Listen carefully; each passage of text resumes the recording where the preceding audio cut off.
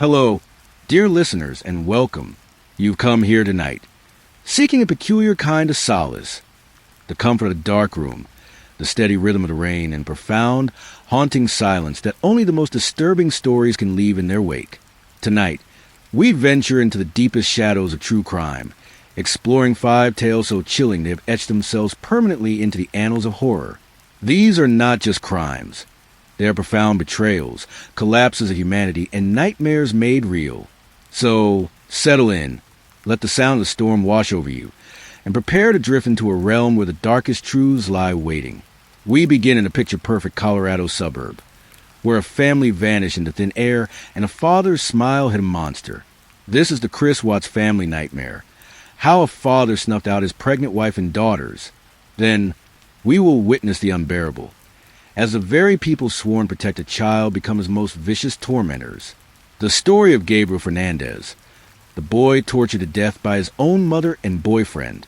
Our descent continues into a literal dungeon of despair, where captivity, film, and unspeakable cruelty intersected. We uncover Leonard Lake's boneyard of terror. Sex slaves, torture tapes, and dozens of victims buried alive. From the calculated evil of adults, we turn to the savage fury of youth. In a crime of such prolonged and intimate brutality, it redefined teenage evil. This is Shanda Scherer's Slow Burn. Teenage girls' 10-hour torture ordeal ending in flames. And finally, we will walk into murky, tangled woods where fact, fear, and folklore fused, condemning the innocent and letting a darker truth fester. We confront the West Memphis Three, satanic panic, child dismemberment, and a town's darkest secret. The rain falls steadily. The night is long. Let us begin with the first story, where the American dream curdled into the ultimate betrayal. The rain was a gray, needling curtain that blurred the edges of the Colorado dawn. It pattered against the vinyl siding of the two-story colonial at 2825 Saratoga Trail, a sound both ordinary and this morning utterly obscene. For Detective Mara Voss, standing at the threshold of the pristine garage, the smell was the first assault. A cloying blend of artificial citrus air freshener, concrete dust, and beneath it, a sour, biological wrongness that made the saliva in her mouth turn metallic. The husband, Leo Walsh, stood in the immaculate kitchen just beyond the garage interior door, his large hands trembling around a mug of coffee he hadn't sipped. He was a broad-shouldered man, handsome in a catalog model way, with red-rimmed eyes that tracked Mara's every move. She just wasn't here when I woke up for my shift, he said, his voice a frayed wire. Shannon, Bella, Cece, gone. Her purse is here. Her phone is here. The car seats are in her SUV. They wouldn't leave. Mara's gaze swept the garage. A Lexus, a Ford Explorer, both spotless. A workbench arranged with robotic precision. A single, lonely pink child sandaled near the garage door threshold. And the floor. The pristine, light gray epoxy floor of the three-car bay. In the third space, where Leo said his wife's SUV was usually parked, the floor was different. A large, roughly rectangular area, maybe 8 by 5 feet, appeared darker, as if recently and hastily washed, the sheen uneven against the surrounding gleam. The citrus smell was strongest here, a frantic attempt to mask something. You said you left for your site at 5 a.m., Mara stated, her voice low, a counterpoint to the hiss of rain outside. What did you do when you got to work? I called her. Texted. Nothing. I drove back. They were gone. His words came out in a rehearsed monotone. I called her mom. Her friends. Then I called you. Mara knelt, her knees protesting on the hard floor. She pulled a high-powered flashlight from her belt, angling the beam across the darkened patch.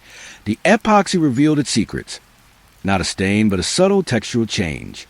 Tiny, almost imperceptible streaks. And there, caught in the seam where the floor met the wall, a single coiled strand of long, dark hair. The same shade as Shannon Walsh's in the family portrait smiling from a hallway. A crime scene tech, shrouded in white Tyvek, whispered from the doorway. Detective? The neighbor's exterior camera. Partial angle on this driveway from across the street. From last night, Leo Walsh's mug rattled against the granite countertop. In the patrol car's cramped back seat, Mara watched the footage on a tablet. The timestamp, 2:17 a.m.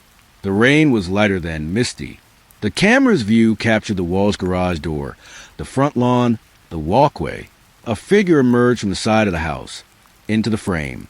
Leo Walsh, dressed in a dark t-shirt and jeans. He was dragging something. A large, rolled-up rectangular object, dark-colored, bulky. He struggled with its weight, heaving it into the back of his Ford Explorer, parked in the driveway. He made 2 more trips. Each time, the object was smaller, more bundled. The last bundle was unmistakably the size and shape of a small child. Mara's blood turned to ice. The footage jumped. 2:48 a.m.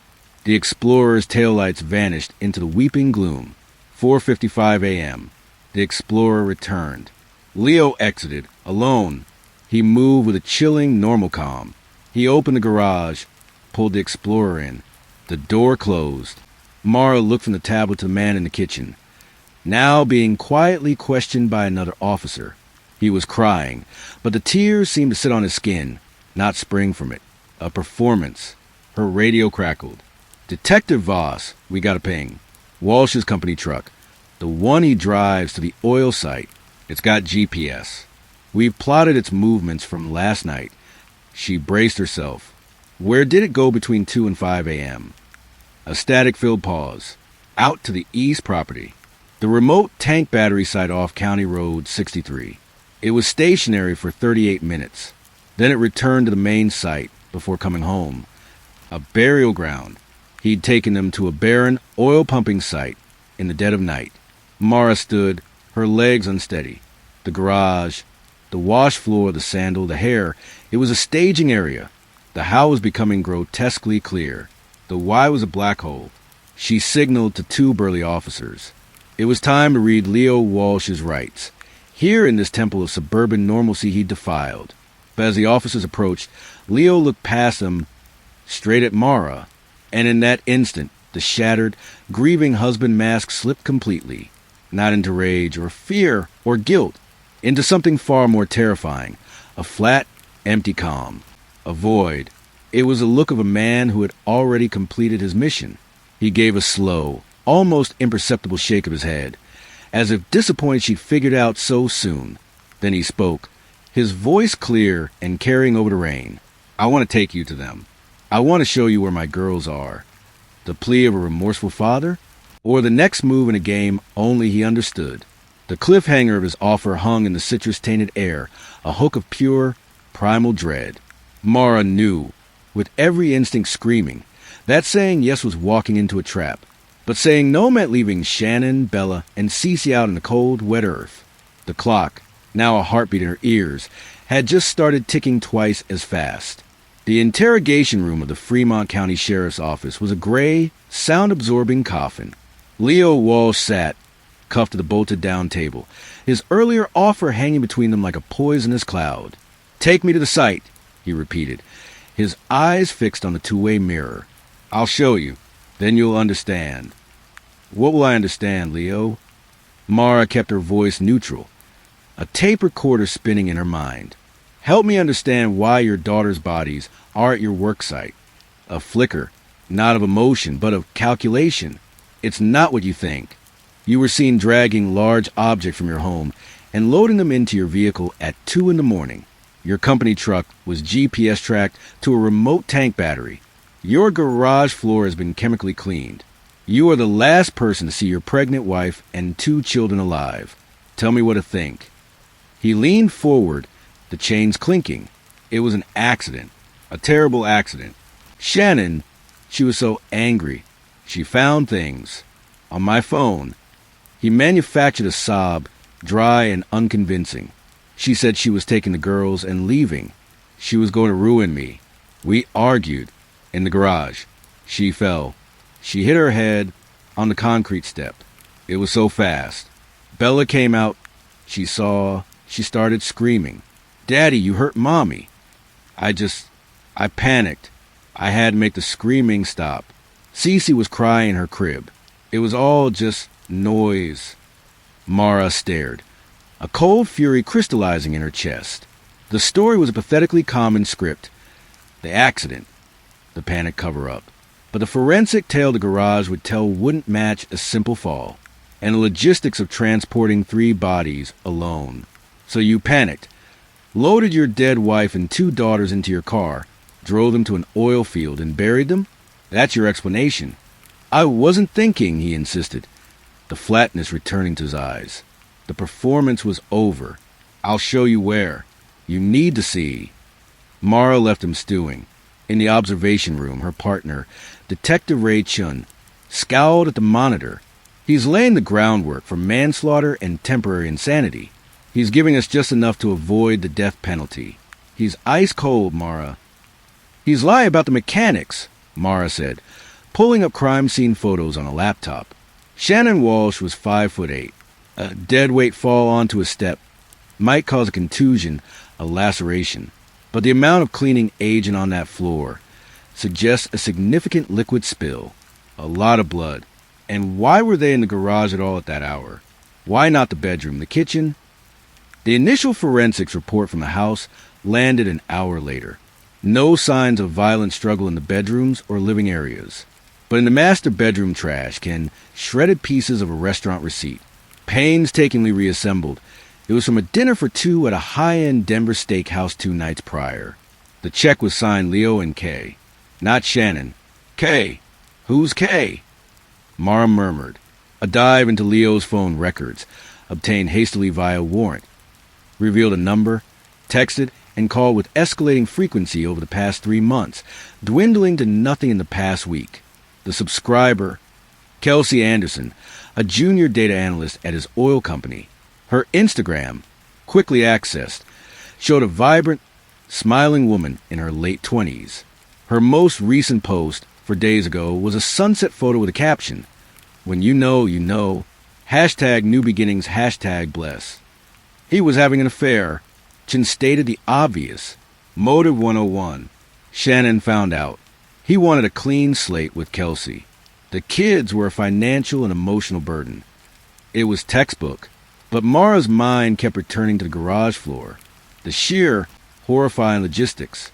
Leo was strong, but moving a dead adult and 2 children alone? In the rain? The neighbor's footage showed strain, but not impossible struggle. Was someone else there? Kelsey? They brought Kelsey Anderson, Indiana. She was hysterical, genuinely shocked, her grief for a man she thought she loved morphing into dawning, nauseous horror as Mara laid out the evidence. Her alibi for the night was rock solid. A bachelorette party in Denver, confirmed by a dozen friends, credit card receipts, and venue security footage. She was a pawn, not a partner. He told me they were separated. She wept. He said Shannon was volatile. He was afraid of her. He said he was getting a divorce. Leo, confronted with Kelsey's statements in the receipt, revised the story. Now, Shannon's discovery of the affair was the trigger for the fatal argument. He clung to his accident and panicked narrative. He continued to beg to be taken to the site. He wants an audience, Chin said darkly. He wants to perform his remorse at the gravesite. It's all for the jury. The search of the remote tank battery site, CR 63, began without him. A bleak, treeless expanse of mud, gravel, and looming, creaking pump jacks. Dozens of officers in K-9 units scoured the area in the relentless rain. The ground was disturbed in several places near a shallow, barren creek bed. Excavation began. Mara stood under a pop-up tent, watching as the first shovelfuls of wet earth were turned. The wind howled across the plains, carrying the metallic scent of oil and decay. Her phone buzzed. It was the lead forensic analyst from the house. "Voss, we pulled the security system hard drive. The Walshes had a basic system, motion sensors on doors, interior cameras in the main living area, and the girls' playroom. Most of it's normal, but there's a gap. The entire system was manually disarmed at 1:55 a.m. and rearmed at 4:30 a.m. By whom? Command was sent from the master bedroom control panel. So, someone in the bedroom. But here's the weird thing. The interior camera in the playroom, which has a partial view of the hallway leading to the garage, flickered back on for exactly 12 seconds at 2:05 a.m. A system glitched during the manual override. Maybe you need to see this. The file arrived. Grainy, green-tinged night vision. The empty playroom, stuffed animals like silent witnesses. The hallway in the upper corner of the frame. At 2:05 and 12 seconds a.m., a figure passed. Not Leo. It was Shannon Walsh. She was wearing pajamas. She was walking, not being dragged. She was carrying a sleeping Cece in her arms. She walked calmly, purposefully, toward the garage door. Behind her, holding her hand, was Bella, awake, shuffling sleepily. They were alive. They were walking into the garage. At 2:05 a.m., 12 minutes before Leo was seen on the neighbor's camera, dragging the first dark bundle. The world tilted. Mara's breath caught. Leo's story was a lie, but not in the way they thought. He didn't kill them in the house. He didn't kill them in a panicked argument. He led them, alive, into garage. The video fragment changed everything. It was a sliver of truth, a horrifying window into the last moments of the Walsh family's normal life. Shannon, trustingly or confusedly, following her husband into the garage in the dead of night with their children. For what? A surprise? An urgent trip he'd fabricated? The why of that moment was a chasm of terror. Mara immediately ordered a complete forensic refocus on the garage. If they were alive when they entered, the crime scene was not a secondary transfer point. It was the primary kill zone. The wash floor wasn't just about cleaning up blood. It was about erasing the evidence of an event.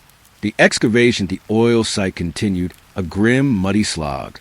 Mara left Chun to oversee it and returned to 2825 Saratoga Trail. The house now felt like a diorama of evil. She stood in the garage, replaying the video in her mind. Shannon, carrying Cece. Bella, holding her mother's hand. They walked through this door. What did they see? Leo, perhaps by the open car door, suggesting a midnight adventure? A problem with the car. He needed to show her? The forensic team was laser-focused. Luminol spray was applied to the wash floor. In the dark, the epoxy lit up like a neon blue ghost, not just in a large rectangle, but in spatter patterns, high-velocity impact spatter arcing up the side of the Ford Explorer's door, and a concentrated pool of transfer stains near the workbench. The pattern was not consistent with a simple fall. It was consistent with repeated, forceful blows to a victim on the ground. The blood was mainly here, the lead tech said, pointing to the pool near the bench. Then the larger area here, he indicated a rectangle, is where something was laid after the fact, soaking up the runoff. A tarp, maybe, or blankets. Mara's phone rang. It was Chun, his voice taut. We found them. The scene at County Road 63 was a vision of hell. 3 body-shaped bundles, wrapped in bed sheets and plastic tarps, had been uncovered from a shallow, hastily dug trench near the creek. The sheets were the same pattern as from the Walsh master bedroom. The smaller bundles were unspeakably small. Mara's stomach clenched. They were laid side by side with a dreadful, neat finality. The coroner, Dr. Eris Thorne, a man with the demeanor of a granite slab, arrived. The bodies were transported to the grim, fluorescent-lit autopsy suite. Mara observed behind the glass, her notepad blank. Some horrors refused to be translated into ink. Shannon Walsh, 34, approximately 15 weeks pregnant with a male fetus. Cause of death: manual strangulation, evidenced by crush injuries to the hyoid bone and petechial hemorrhaging in the eyes. Contusions on her forearms indicated defensive struggles. She had also suffered a severe blunt force trauma to the back of the skull, likely inflicted while she was on the ground, post-strangulation, or concurrent with it. Bella Walsh, 4. Cause of death: smothering. Fibers consistent with a child's blanket found in her nasal and oral cavities. Cece Walsh, 3. Cause of death: smothering with the same fiber evidence. They were killed sequentially, Dr. Thorne stated later, his voice devoid of inflection. Mother first, then the children. The smothering, it would have taken time. Several minutes per child. Conscious struggle. Mara felt the room swim. The video of Bella, sleepy but awake, holding her mother's hand. Had she witnessed her mother's murder? Had she been promised it was a game before the blanket descended? The premeditation was no longer a legal question. It was a tangible, suffocating reality. Leo had led them to the garage. He had murdered his wife. Then, while their mother's body lay feet away, he had systematically suffocated his daughters. The panic was a calculated, protracted slaughter. Confronted with the autopsy findings, Leo's facade finally crumbled, not into weeping confession, but into a sullen, defensive stonewall. He fired his court-appointed attorney and demanded a new one. He retracted his accident story and invoked his right to remain silent.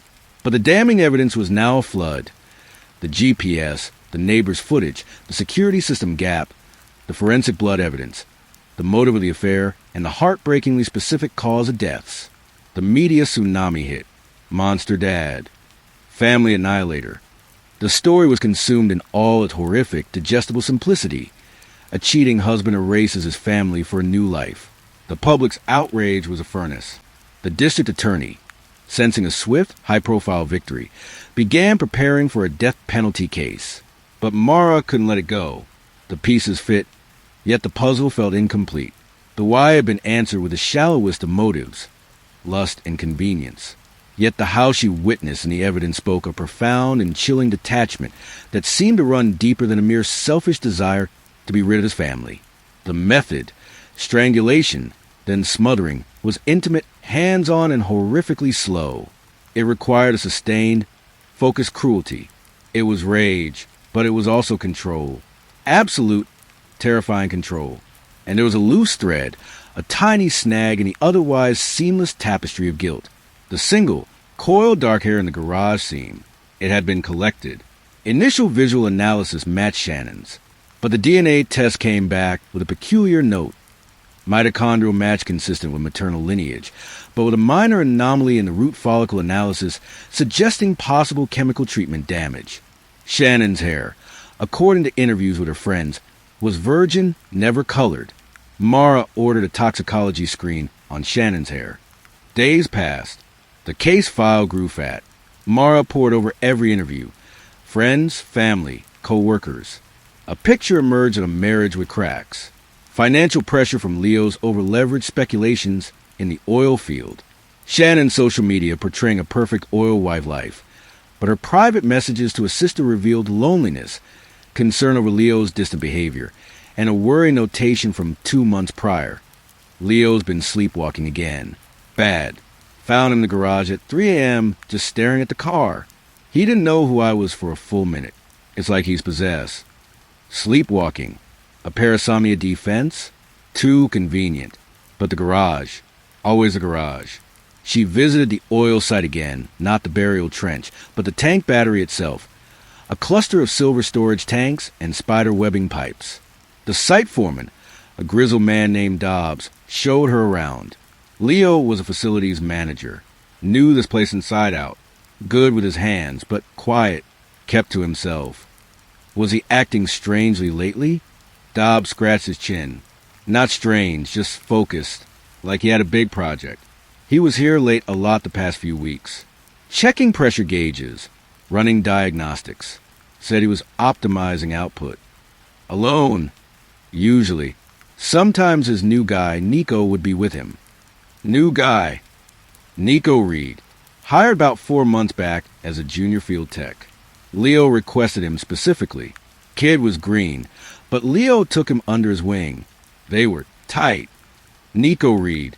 Mara ran the name. Clean record. 22 years old. His employment file listed a temporary address. A motel on the outskirts of town. When Mara and Chun went there, the manager said Reed had checked out 2 days after the murders. Left no forwarding address. His phone was disconnected. A deeper dive into Nico Reed revealed a more interesting connection.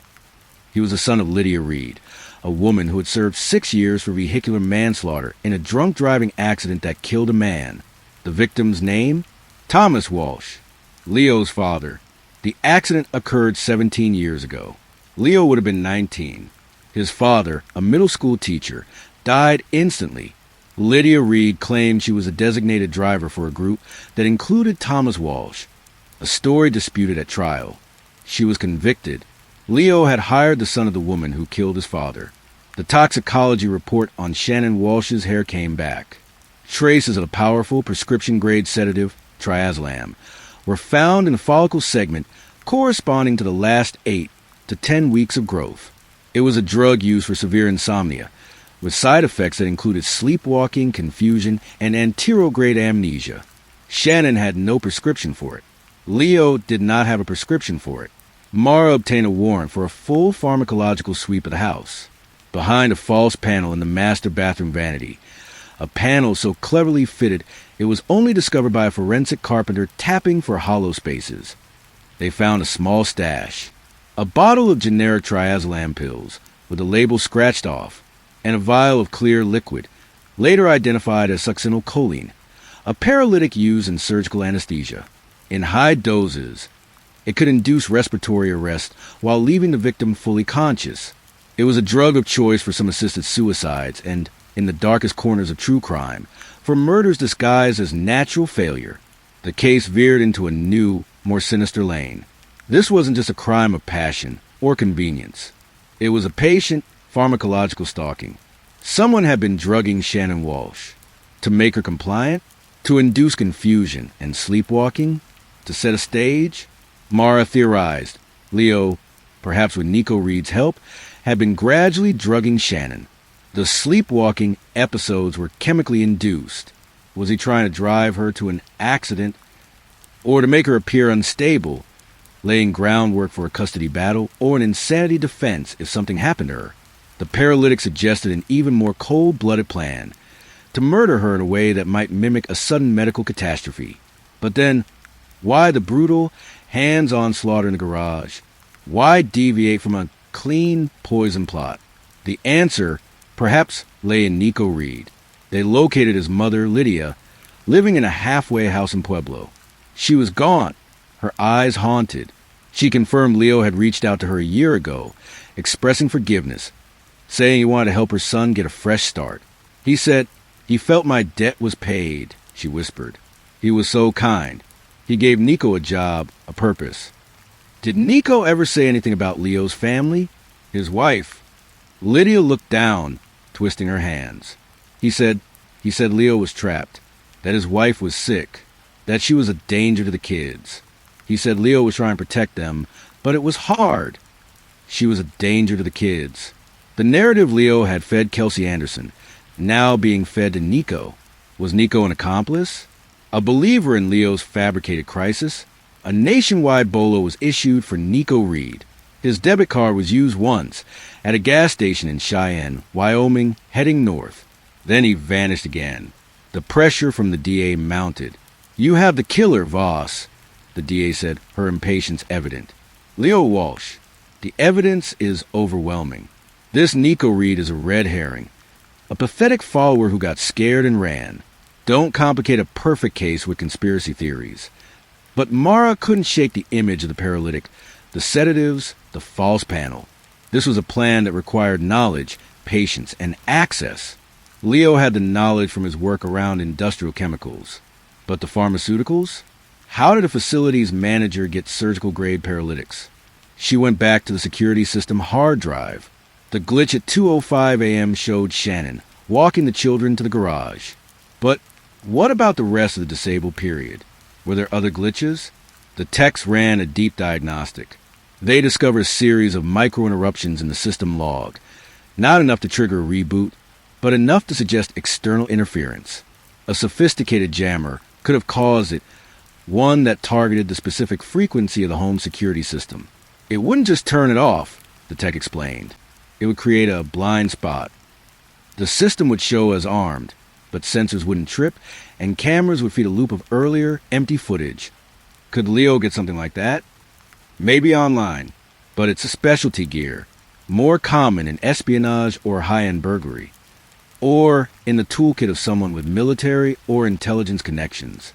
Nico Reed's file showed no such history, but Mara, on a hunch, ran a background on Lydia Reed's deceased husband, Nico's father, Ronald Reed. The file was thin, but his former employer listed a defense contractor with ties to signal intelligence. Ronald had died of cancer when Nico was 10, a fatherless boy, his mother in prison for killing the father of the man who later becomes his mentor. The psychological blueprint was a tinderbox. Then the break. Nico Reed's abandoned pickup truck was found in a remote Forest Service lot in Montana, near the Canadian border. In the glove compartment, wrapped in a fast food napkin, was a key fob. It wasn't for his truck.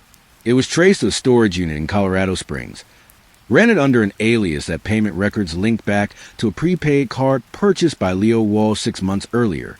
Mara and a tactical team hit the storage unit. Inside was not the expected cache of murder weapons or bloody clothes. It was a shrine and a laboratory. One wall was plastered with photos of the Walsh family. Candid shots taken from afar at parks, outside schools. Shannon's were marked with red X's. The girls' photos had question marks. Another wall was a timeline meticulously drawn, detailing Shannon's deteriorating mental state, with fabricated entries about her rages, neglect of the children, and suicidal ideations. It was a masterpiece of narrative construction. On a workbench lay the tools, a high-frequency signal jammer, a small chemistry set with beakers and burners, along with manuals on organic synthesis, empty vials labeled with chemical names that made Mara's skin crawl, and a journal, Nico's journal. It was not the rambling of a follower, but the fervent manifesto of a true believer. He wrote of Leo as a savior, a wounded healer who had forgiven his mother's great sin. He wrote of Shannon as a sickness in the garden, a poisoner of innocence who was a threat to Leo's light. The entries grew more unhinged, detailing how he and Leo were purifying the world, starting with a cancer in Leo's own home. He wrote of administering the clarity, the sedatives, to Shannon, and of preparing the final mercy, the paralytic. But the final entry, dated the day before the murders, was a chaotic, angry scrawl. He's weak. He hesitates. He talks of sending her away, of divorce. He talks of the cost, the scandal. He doesn't see the spiritual war we are in. The corruption must be burned out, root and stem. Not exiled, erased. If he lacks the will to wield the knife for his own daughter's salvation, then I will show him the way. I will be the blade. He will thank me. After the storm, he will see the sun. Mara read the words, the freezing truth settling in her bones. Leo had cultivated a monster, feeding him a story of persecution and redemption, intending perhaps for Nico to be the fall guy, or to assist in a clean murder. But Nico, a fanatic, had taken the narrative to its apocalyptic conclusion. He hadn't just helped. He had likely been the driving force, the one who escalated the plan from a covert poisoning to a bloody, ritualistic cleansing in the garage. Leo might have been there, might have participated, but the journal painted a picture of a disciple outstripping his master in zeal. The call from the jail came as Mara was leaving the storage unit. Leo Walsh, through his new slick lawyer, was ready to talk. He wanted a deal. He would give them Nico Reed, the real killer, in exchange for taking the death penalty off the table. The interview room felt smaller this time. Leo looked diminished, the hollow confidence gone, replaced by a shrewd, cornered animal wariness. Nico is unstable, Leo began, his voice carefully measured. He became obsessed with my family. He believed he was protecting me from Shannon. I had no idea how far he'd gone. That night he called me, frantic, said Shannon was having a mental break in the garage, that the girls were in danger. I raced home. I found what he'd done. He forced me to help him clean up. He threatened to kill me, to say I did it all. He had a gun. I was in shock. I didn't know what to do. Mara placed a photo of the storage unit shrine on the table. You rented this unit. You bought the car that paid for it. He asked me for work supplies. I had no idea what he was doing there. The sedatives in Shannon's system, the paralytic. Nico had access to my house. He must have done it. He was trying to make her sick, to make my stories about her instability seem true. The security system jammer? From his father's things, he said. So you're the victim here? Mara's voice was icy. A manipulated pawn? I made mistakes, Leo said, tears welling on command. I let that sick kid into my life. I was vulnerable after my father, after what his mother did. I wanted to believe in redemption. And he used that. He destroyed my family and framed me for it. It was a brilliant, despicable defense. The rogue disciple theory. It explained the overkill, the fanaticism, the physical evidence of planning that seemed beyond a simple cheating husband. It offered the jury a more complex, morally ambiguous story, and Leo was selling it with every ounce of his remaining charm. Mara had the journal. She had the evidence of Leo's planning. The storage unit rental, the prepaid card. She had his lies. But would jury see a master manipulator or a tragically duped man? The DA, smelling the blood of conviction, any conviction, was leaning toward cutting a deal.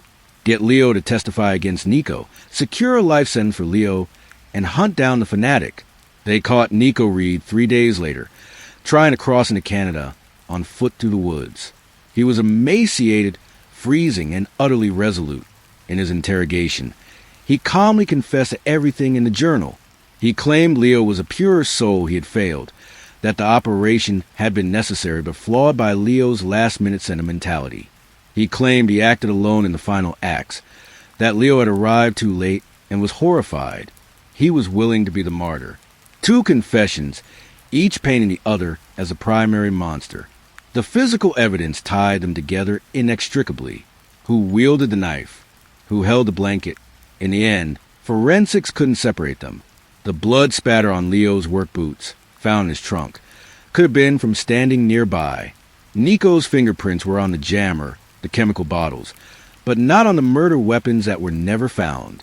Faced with a messy, bifurcated trial and the risk of reasonable doubt, the DA cut the deal. Leo Walsh pleaded guilty to the lesser charges of second-degree murder for Shannon and the children and conspiracy to commit murder. He would serve 3 consecutive life sentences without the possibility of parole. He would testify against Nico Reed. Nico Reed was tried for first-degree murder. The trial was a circus of conflicting narratives. Leo took the stand, the picture of remorseful victimhood, pointing a trembling finger at Nico, the devil he let in. Nico, representing himself in a grand, crazed spectacle, gave hours of rambling testimony about spiritual warfare and purification, claiming full responsibility, but exonerating Leo of any active role. The jury, repulsed by both, convicted Nico on all counts. He was sentenced to death. The headlines read, "Justice served." The nightmare had a legal end. 5 years later, the rain fell on Colorado with the same indifferent persistence. Mara Voss stood at the chain-link fence surrounding the Sterling Correctional Facility maximum security wing. The case had made her career and haunted her nights. She had retired from homicide 6 months ago, the weight of too many ghosts finally tipping the scales. But one ghost refused to rest. Leo Walsh had become a model prisoner. He led a Bible study group. He wrote letters of advice to troubled young men, published in inmate newsletters. He had developed a following, a small group of people on the outside who believed in his redemption narrative, who saw him as a man who had loved too forgivingly and been tragically betrayed. He was up for his first parole hearing in 30 years. A formality, his victims' families were assured, but a procedural thorn in Mara's soul. Nico Reed sat on death row, his appeals slowly exhausting themselves. He had never wavered from a story, never implicated Leo in the physical acts. In his most recent interview with a documentary filmmaker, he had said, "The tree is judged by its fruit. Leo's fruit is forgiveness. Mine is justice. They are both necessary in the garden." The words made Mara sick. They were a call and response, a twisted liturgy between 2 monsters. The loose ends gnawed at her. The paralytic. Who was it really for? The initial plan, before Nico's fanaticism took over, suggested a silent medical murder. For Shannon, yes, but the girls? Leo's plea deal and testimony had carefully skirted any discussion of premeditation regarding Bella and Cece. The official record stated Nico acted alone in their murders, an unforeseen escalation, but Mara had quietly, unofficially, continued digging. She tracked the chemical precursors for the succinylcholine found in the storage unit. The purchase trail was a maze of shell companies and dark web forums, but it led back to a financial void that, after years of forensic accounting, showed a tiny, faint fingerprint. A dormant LLC that had once been partially owned by Thomas Walsh, Leo's father, and which Leo had inherited and dissolved. Had Leo, years before the murders, begun laying financial groundwork for acquiring tools of murder? Was the obsession older than anyone knew? She also revisited the testimony of Kelsey Anderson, the mistress. In a final, tearful interview after the trial, Kelsey had recalled something odd. The last time I was with him, a week before it happened, he was on his phone, texting. He smiled. I asked who it was. He said, just Nico. He's confirming the specifications for the new project. When I asked what project, he got vague, said it was a legacy project. I thought it was work stuff. Legacy project. The most haunting piece was a letter. It arrived at Mara's home a year ago, postmarked from Sterling. No return address. But the handwriting was unmistakably Leo's elegant script. Detective Voss, I know you think you know what happened. You see the binary, the manipulator, and the puppet. The world needs simple stories. But some gardens have deeper, older roots. My father's death was not an accident. Lydia Reed was not a random drunk driver. She was a weapon aimed by a man my father was about to expose for fraud. I have spent my life tending to the roots of that poison tree. Nico was not a mistake. He was a pruning. Sometimes, to save the garden, you must burn the infected branch, even if it screams, even if it is beautiful. You, of all people, understand the need to clean up a mess. The garage is always the cleanest room in the house. I bear my guilt. I wear my sentence. But I sleep. Do you? Respectfully, Leo. The letter was a masterpiece of psychological warfare, a mix of confession, justification, and threat. It implied a vast hidden conspiracy spanning decades, making his crime seem like a grim, necessary duty. It was likely a lie, a final manipulative ploy. But the seed of doubt, once planted in the dark soil of Mara's mind, had grown thorns. She drove away from the prison, the wipers beating a steady rhythm. She stopped at an overlook, the vast, rain-smeared plain stretching before her. The case was closed. 2 men were locked away. The world had moved on, but Mara saw the puzzle not as solved, but rearranged. What if Leo's target was never just his present family, but the ghost of his past? What if Nico's fanaticism was not an unforeseen escalation, but the precisely engineered outcome Leo had spent years cultivating? He hired the son of his father's killer, fed him a narrative of persecution and heroism, provided him with the tools and the drugs, and pointed him at the sickness in his life. A wife who may have uncovered his own dark researches into his father's death? He created an assassin whose fervor would guarantee the brutal, undeniable violence that would, in turn, sell Leo's own later narrative of being a coerced victim. He would get rid of his family, achieve a perverse revenge on the Reeds by corrupting their son into a monster and seeing him executed, and ultimately position himself as a tragic, redeemed figure, a triple victory. It was a theory too baroque, too sinister for any court. It required seeing Leo Walsh not as a flawed man, but as a patient generational evil. The justice they had gotten was the justice the system could digest. The cheater, the fanatic, a clean story. But as the rain blurred the world into gray whispers, Mara Voss knew with a cold certainty that the real horror of Saratoga Trail was not in the violence of that night, but in the quiet, patient years that led to it, in the grooming of a killer, the chemical poisoning of a wife, the meticulous construction of an alibi that was not a place, but of character. Leo Walsh had not just committed murder. He had authored a dark, persuasive gospel, with Nico Reed as a zealot and the garage as his altar, and he was still writing it. From his cell, one Bible study, one model prison report, one sympathetic interview at a time. The law had put a period at the end of the story. But evil doesn't end with a period.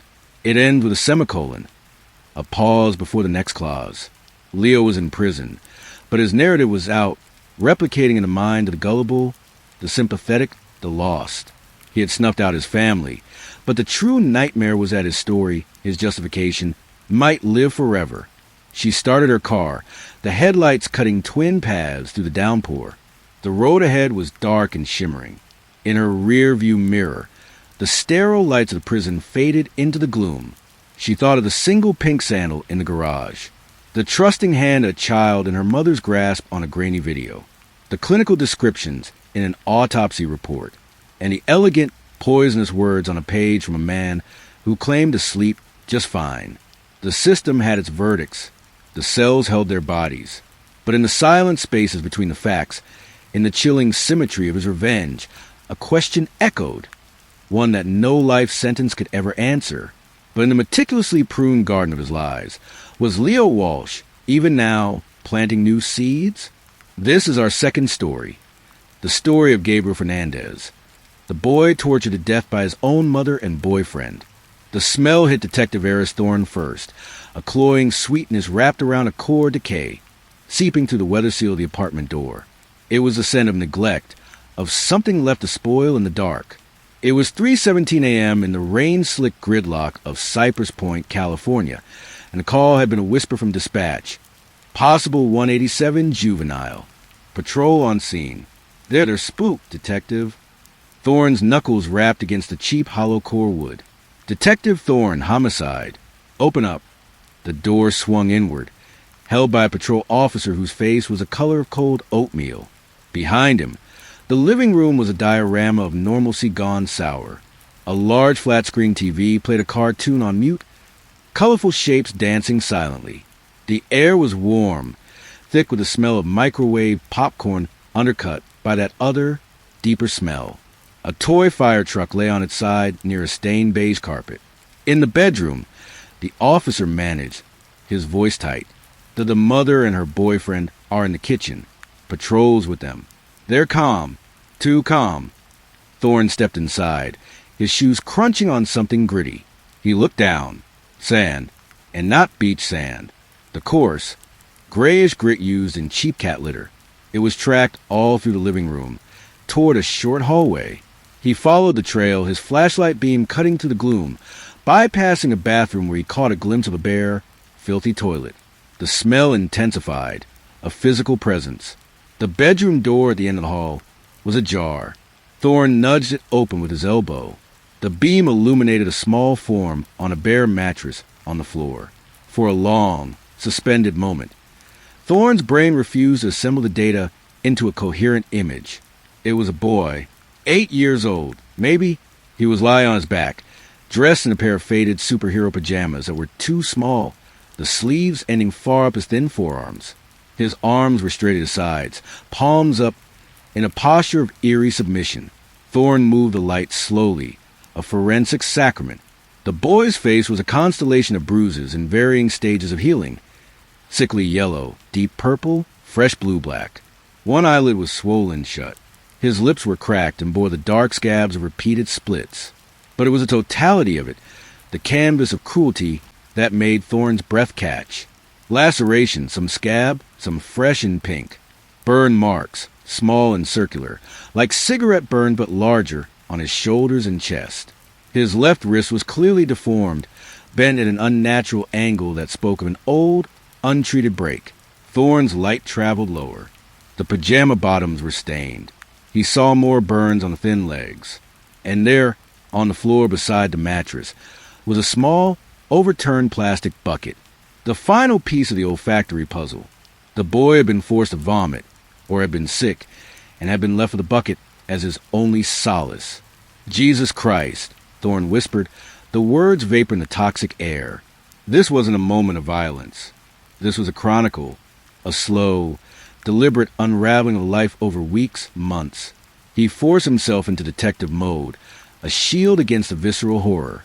He noted the room, bare except for the mattress and bucket. A closet stood open, empty. No toys, no books.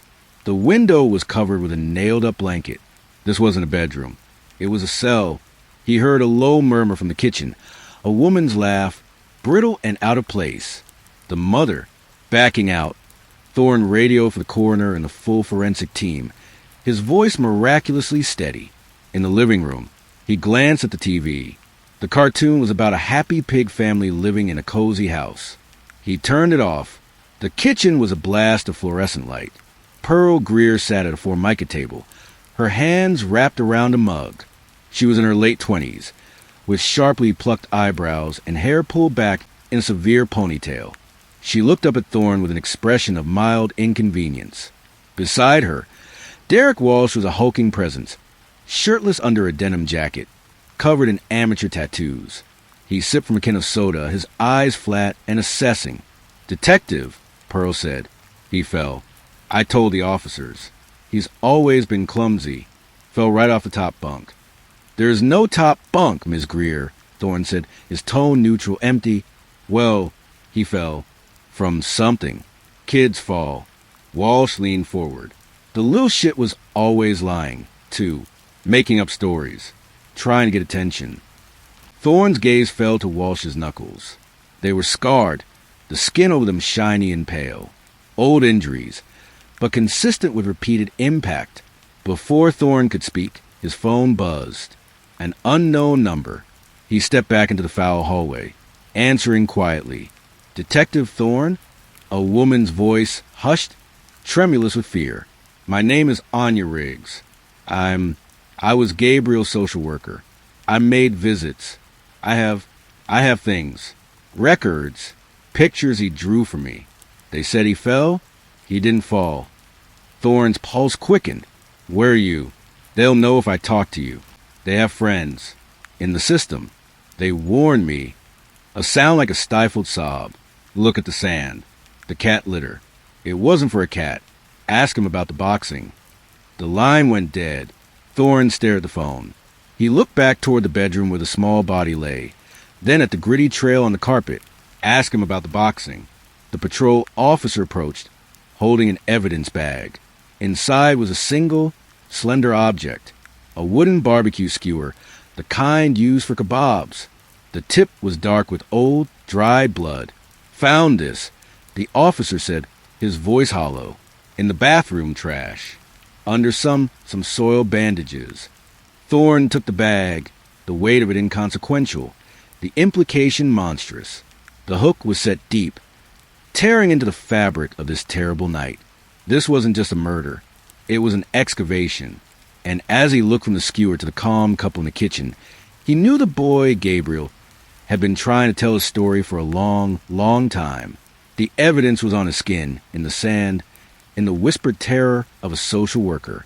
And the killer or killers were sitting 20 feet away, drinking soda and waiting for him to believe the simplest of lies. He fell. The Cypress Point Medical Examiner's office was a temple of stainless steel and muted light, a place where horror was quantified. Dr. Lara Vance peeled back the sheet, her movements respectful but precise. Thorne stood beside her, the image of Gabriel Greer on the mattress forever seared behind his eyes. The body on the slab was a map of suffering. Time of death is between 9 p.m. and midnight. Vance began, her voice a cool monotone. But that's almost incidental, Eris. Cause of death is blunt force trauma to the abdomen, likely a powerful kick or punch. It ruptured his spleen. He would have bled out internally, in pain, over possibly an hour or more. She pointed with a laser pen. These are the chronic findings. Over 20 separate bone fractures, various stages of healing. Ribs, both arms, orbital socket. Fingers. The left wrist fracture is at least 6 weeks old. Completely malunited. He would have been in constant pain. Thorne's jaw tightened. The burns, contact burns from a hot object, consistent with the tip of a clothing iron. These here, she moved the beam to the circular marks, are cigar or cigarette burns. Dozens of them. The lacerations, some are from a belt or cord. Others are more precise. Incised wounds. She paused, taking a deep breath. There is evidence of repeated, forced ingestion of foreign materials. I found significant particulate matter in his stomach and esophagus. Spices, hot sauce, and this. She gestured to an assistant, who brought over a tray. On it was a clump of coarse, grayish sand, cleaned of bodily fluids. This was impacted in his nasal passages and throat. It's not playground sand. It's calcium-based cat litter. The image was obscene. Thorne saw the bucket by the bed. He'd been forced to eat it. And this? Vance said, her professional veneer cracking slightly. She held up a magnifier over the boy's shin. Etched into the skin, faint but discernible amid the bruising, were letters. Crude, jagged, carved. Pig. Jesus, Thorne exhaled.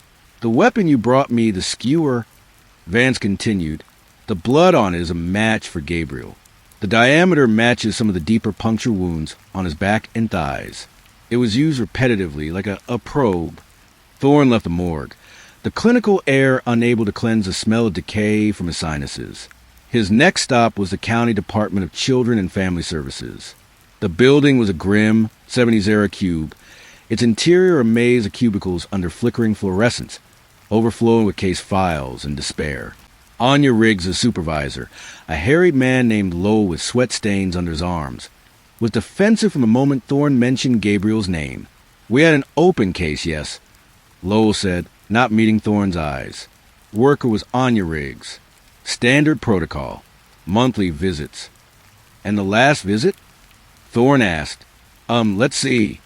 Lowell tapped a computer. "About 3 weeks ago. Ms. Riggs noted the child was withdrawn. Had a minor bruise on his arm. The mother explained he'd been roughhousing with a boyfriend's son from a previous relationship. It was deemed plausible. Withdrawn. A bruise."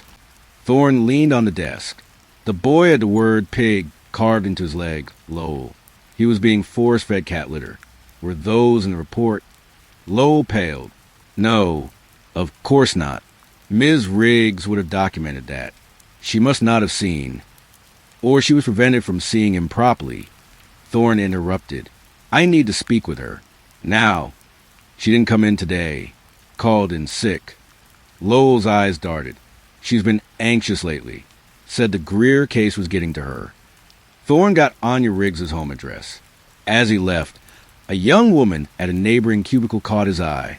She quickly looked down, but not before Thorne saw the fear in her glance. He made a note of her nameplate. M. Flores. Anya Riggs lived in a modest garden apartment complex on the city's outskirts. Her door was answered after multiple knocks. She was in her 30s, with kind, tired eyes currently wide with fear. She peered past Thorne into the courtyard. "You shouldn't have come here," she breathed, but let him in. Her living room was cozy, shelves lined with books on child psychology and social work. On the coffee table was a file folder. She saw him looking. "That's my copy. My personal notes. The official file has been sanitized. Thorne's Saturdays start from the beginning." Anya's story tumbled out. She'd been assigned to Gabriel 8 months prior, after a teacher had reported unexplained absences and a drastic change in behavior. A vibrant boy had become silent, flinching at sudden movements. The first few visits, Pearl and Derek were all charm, Anya said, twisting a tissue. Gabriel was always in his room, sleeping or grounded. They'd promised to have him present next time. I started demanding. The bruises started appearing then, always with a story. He fell. He walked into a door. He's clumsy. She opened the folder. There were drawings, done in crayon on cheap paper. Thorne's blood ran cold.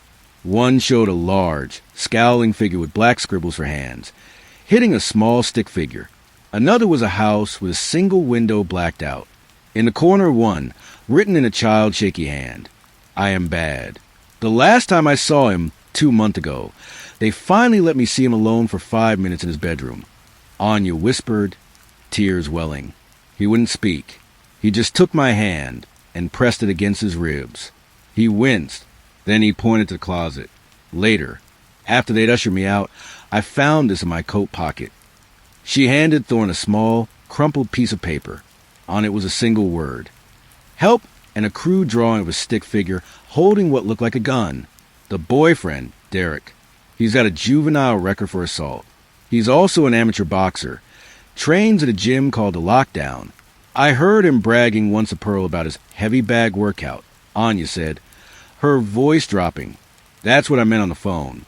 The cat litter, I think they made him get on his hands and knees and they'd use him for practice. 4 jabs and hooks. The sand was to soak up the mess. Thorne felt a surge of nauseating rage. Ask him about the boxing. Why didn't you remove him? His voice was harder than he intended. I tried, she cried. Every time I filed an emergency removal request, it was kicked back by my supervisor. Insufficient evidence. Parental rights. Lowell kept saying the family was cooperating, that I was being overly emotional. I think, she hesitated, terror flashing. I think Derek has a cousin or a friend. somewhere in the department. Someone who made sure my reports never went anywhere. After I started pushing harder, I got anonymous calls. Told me to back off. That accident happened. Thorne left Anya with a promise of protection. She didn't seem to believe. He drove to the lockdown gym. It was a cavernous space smelling of sweat, mildew, and ambition. Heavy bags swung like carcasses. He found the owner, a grizzled man named Coach Ruiz, and showed him Derek Walsh's picture. Yeah, Walsh. Trains here sometimes. Heavy-handed. Mean streak. Why? Did he ever bring a kid around? Small, 8 years old. Ruiz's face darkened. He nodded slowly. Couple times. Said it was his girlfriend's boy. Kid looked terrified. Walsh would have him hold the heavy bag steady. Shouted him if he let it swing. Once, I saw Walsh pretend to jab at the kid's face. Pulled a punch at the last second. Laughed when the kid flinched and fell. I told him not to bring the kid back. He just smirked. Thorne's next stop was the station's interview room.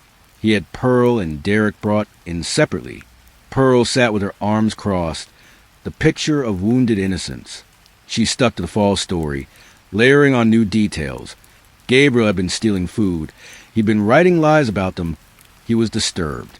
She spoke of him with a chilling detachment, as if discussing a problematic appliance. The cat litter? Thorne asked. We have a cat. It tracks. The burns? The carvings. He did that to himself, she said, her eyes flat. For attention. He was a sick little boy. When Thorne presented the skewer in its evidence bag, her mask slipped for a microsecond. A flicker of recognition, then a wall of blankness. I used those for cooking. He must have gotten into them. Clumsy, like I said. Derek Walsh was a different beast. He was confrontational, leaning back in his chair, radiating contempt. Boxing, Walsh sneered. So what? It's a sport. You got a problem with sports, detective? I have a problem with using a child as a punching bag. Prove it. Thorne slid a crime scene photo of the cat litter scattered by the bed across the table. Why was this in his room, Derek? Kid was pissing the bed. We were trying to housebreak him. Like a dog. He said it with a cold smile, testing Thorne. And the skewer? You used that to housebreak him too? The smile vanished. I want a lawyer. The case was building, but it was circumstantial. Motive was a dark enigma. Why such sustained creative cruelty? Thorne dug into Pearl's past. He discovered she had 2 older children from a previous relationship, both removed by child services years ago for neglect. A pattern. He found Derek's ex-girlfriend. She was reluctant, but admitted Derek had been violent, controlling. He liked to make you feel small, she said. Insignificant. Like an insect he could pull the wings off of. Then, the reversal. It came from the young worker at DCFS, Maria Flores. She called Thorne from a payphone, her voice shaking. I couldn't stay quiet. Anya's right. The reports were altered, not by Lowell, by someone higher up. I saw a memo. The friend Derek has in the system, it's not a cousin. It's County Supervisor Bill Garnett. Thorne knew the name. A powerful local politician, tough on crime, up for re-election. Garnett's nephew is Derek's best friend. They're at the gym together all the time. Garnett made a call, just one, to the department head. Said the family was being harassed by an overzealous social worker. After that, Anya's requests were dead on arrival. The corruption went higher than he'd imagined. It wasn't just a negligent system. It was a compromised one. A political shield had been placed over the House of Horrors. Forensic results tightened the net. Gabriel's DNA was under Walsh's fingernails. Fibers from the rough carpet in Gabriel's room were found embedded in Walsh's work boots. The blood on the skewer was definitively Gabriel's. The sand in Gabriel's throat was a perfect match to a fresh, unopened bag of litter found in the apartment's storage locker. Thorne obtained arrest warrants for Pearl Greer and Derek Walsh for murder, torture, and child endangerment. The DA, sensing a high-profile case, was ready to go for the death penalty.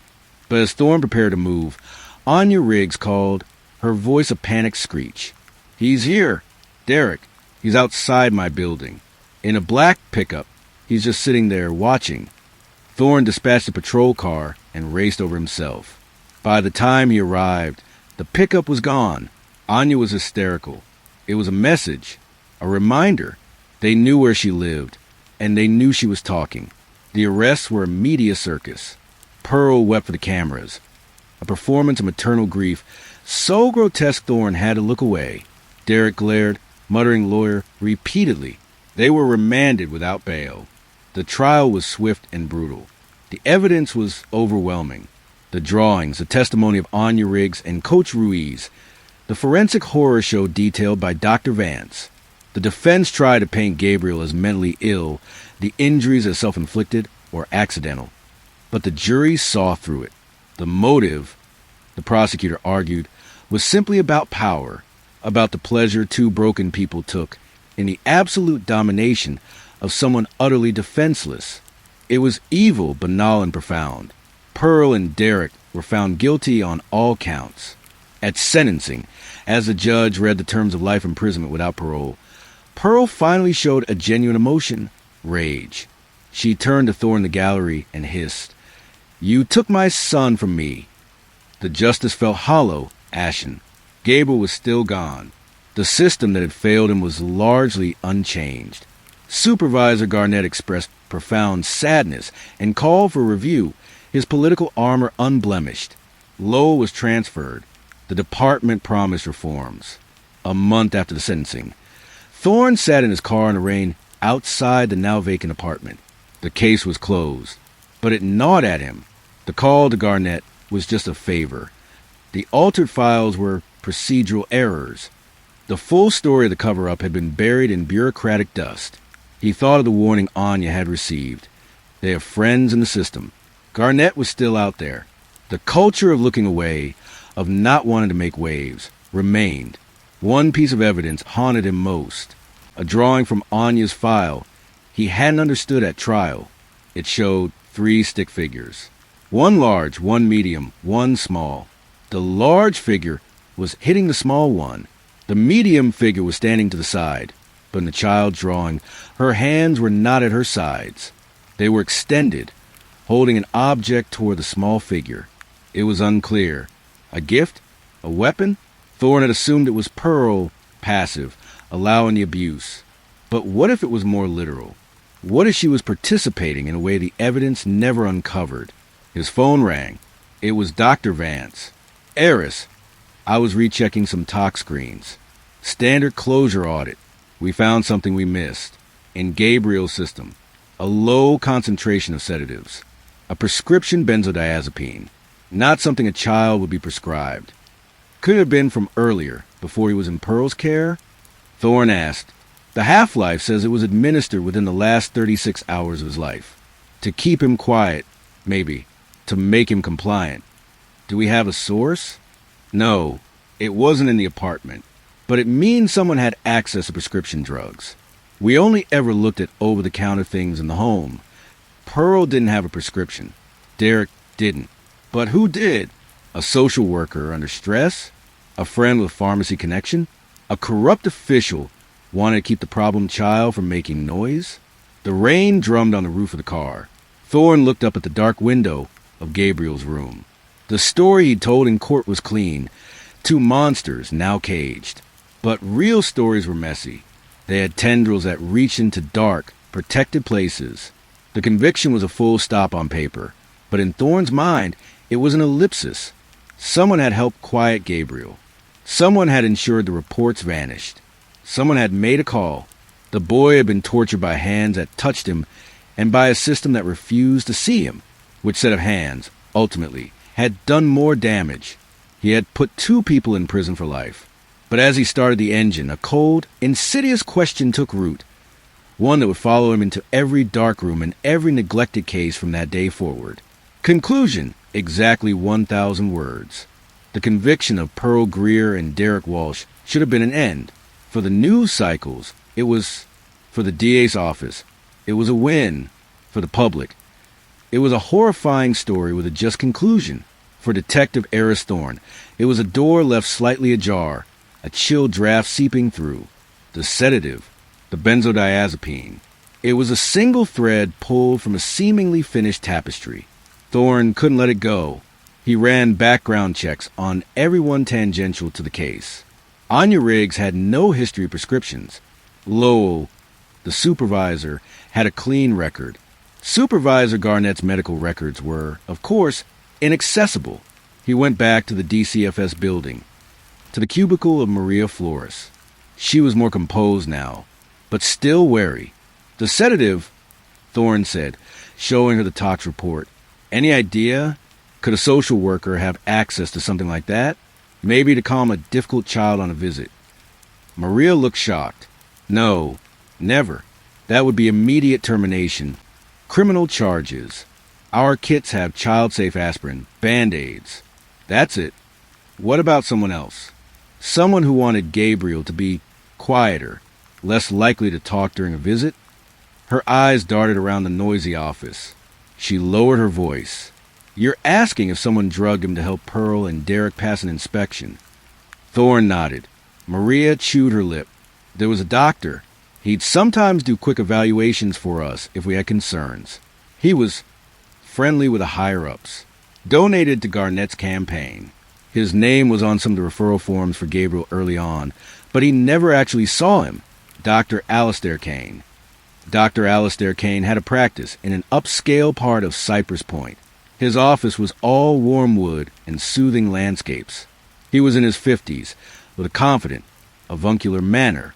Tragic case, Kane said, steepling his fingers after Thorne showed his badge. I was consulted early on by DCFS regarding Gabriel behavioral issues. The report suggested possible ADHD, opposition defiant disorder. I never examined him. However, the mother canceled the appointments. You prescribed medication for him? Thorne asked directly. Without an examination? Of course not. That would be highly unethical. But you could have. Your signature is on a preliminary assessment form that recommends evaluation for pharmacological intervention. Kane's smile remained, but his eyes cooled. A recommendation, detective, not a prescription.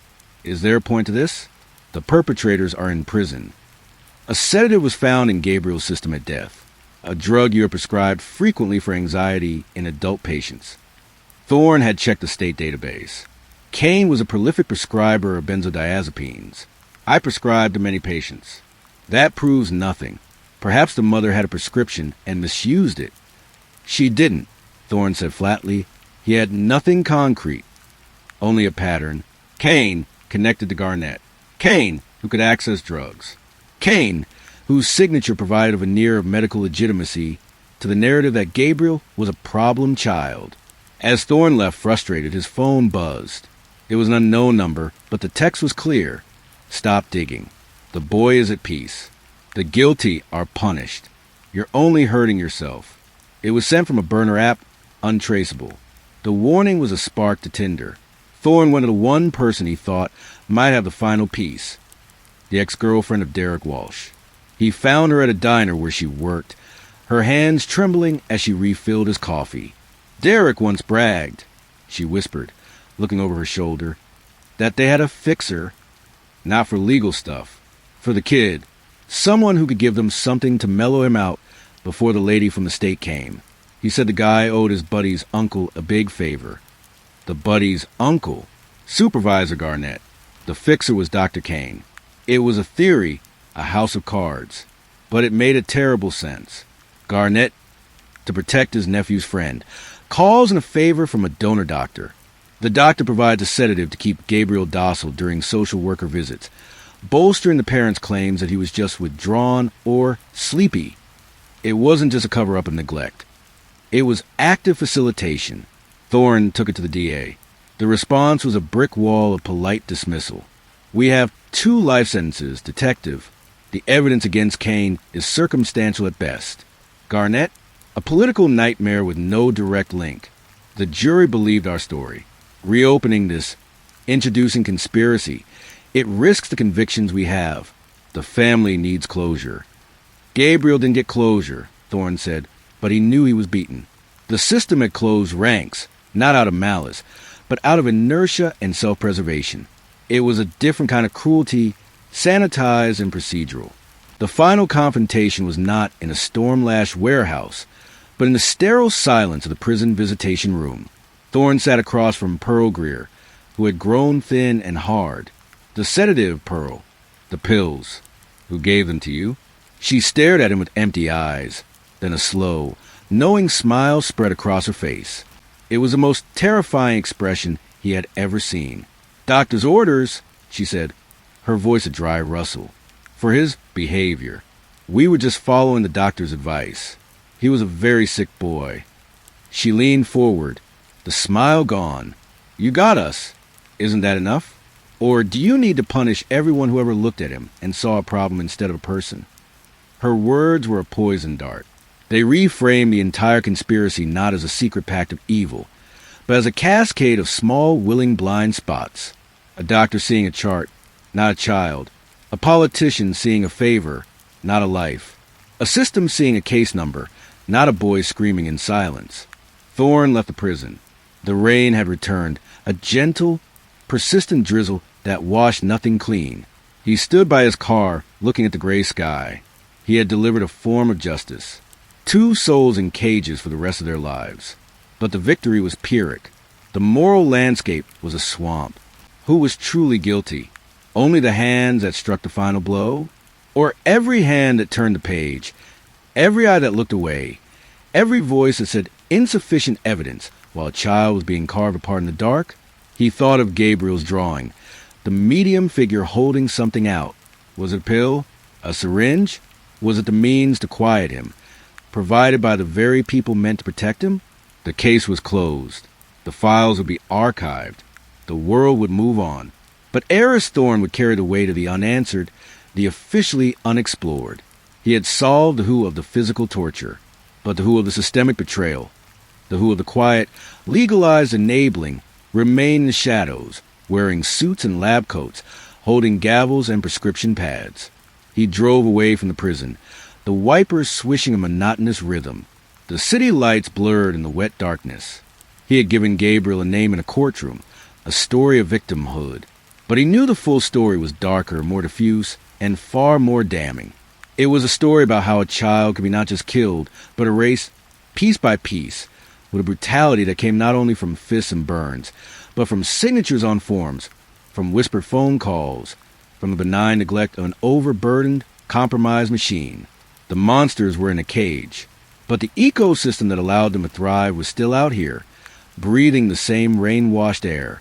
And as he turned onto the freeway, heading back into the heart of the city he was sworn to protect, the question that had taken root in the wake of the verdict bloomed fully, a dark and enduring flower in the ruins of the case.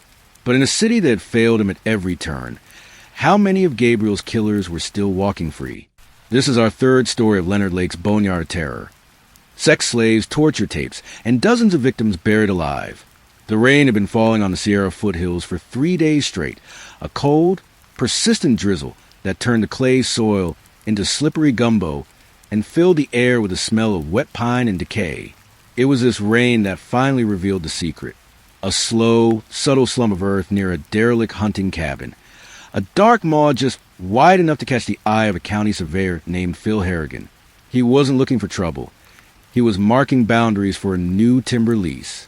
But the ground had given way, and what it showed wasn't rock. Shining his heavy-duty flashlight into the hole, Phil saw the corner of a green, military-style ammo can. Curiosity, that universal human flaw, hooked him. He reached down, his glove slick with red mud, and pulled. The can came free with a wet suck, surprisingly light. He pried the lid with his knife. Not ammunition. Papers. A water-stained ledger, and beneath it, a VHS tape in a white cardboard sleeve. On the sleeve, written in neat block letters, M. Bard. 01 good listening. Phil felt a cold that had nothing to do with the rain. He knew the area had its oddballs, survivalists and back-to-landers from the late 70s. This felt different. He angled the flashlight back into the hole. The beam played over something pale and curved. It took his brain a full 5 seconds to reconcile the shape. A human pelvis, bleached white, tangled in the roots of a manzanita bush. And beside it, not buried deep at all, the corroded buckle of a woman's belt. He stumbled back, fumbling for his radio. The static chop response from the county dispatcher seemed to come from another planet. As he waited for the sirens, his eyes kept drifting to the tape in his hands. Good listening. The bunker wasn't a bunker at first glance. It was a shame, really. From the outside, it was just a low, cinder-block structure built into the hillside, overgrown with scrub oak, meant to be invisible. The heavy steel door, now pried open by the county sheriff's tactical team, led to a short tunnel that opened into a room that stole the breath from veteran detectives. Sheriff's investigator Lena Vogel stood on the threshold, her latex gloves already on, a surgical mask doing little to filter the smell. It was a cocktail of damp concrete, mildew, chemical waste, and underneath it all, a sweet, meaty putrescence that coated the tongue. The single room was a Distonian studio apartment, a filthy mattress in the corner, chains bolted to the concrete floor with padded cuffs, a video camera on a tripod aimed at the mattress. Shelving held canned goods, tools, and boxes labeled with women's names. But it was the far wall that held Lena's gaze. It was a shrine to meticulous record-keeping. Photographs, dozens of them, Polaroids and developed prints, pinned in rows. Women, mostly young, in various states of undress and distress. Some looked posed, others were clearly candid, taken through windows. Next to the photos were detailed lists, physical descriptions, dates, locations of abduction, ledgers, log supplies, food, duct tape, ammunition, lie, and there were more tapes, dozens, each labeled with a woman's name and a number. Lena, a woman with a face that had seen too much and a mind that refused to quit cataloging it, felt the floor tilt. She was a transplant from San Francisco PD's burglary division, seeking a quieter life in Calaveras County. She'd found its heart of darkness instead. Jesus, Len, her partner, Deputy Mark Durand, whispered, his face ashen. This is industrial. A deputy in the corner vomited into an evidence bag. Lena didn't blame him. Her eyes scanned the lists. Names, Deborah, Kathleen, Robin, Brenda. Dates spanning 1983 to 1985. One column was headed disposition. The entries were chillingly brief. Terminated, buried site 2, in ground. The sheriff, a grizzled man named O'Brien, was on the phone with the FBI, his voice tight. This was now a federal circus. But Lena was already deep in the evidence. She pulled a green ammo can from an evidence crate. Phil Harrigan's find. She opened the ledger. It wasn't a list of victims. It was a diary. The handwriting was small, precise, almost elegant. April 12, 1984. Acquired Bluebird today. CD 19.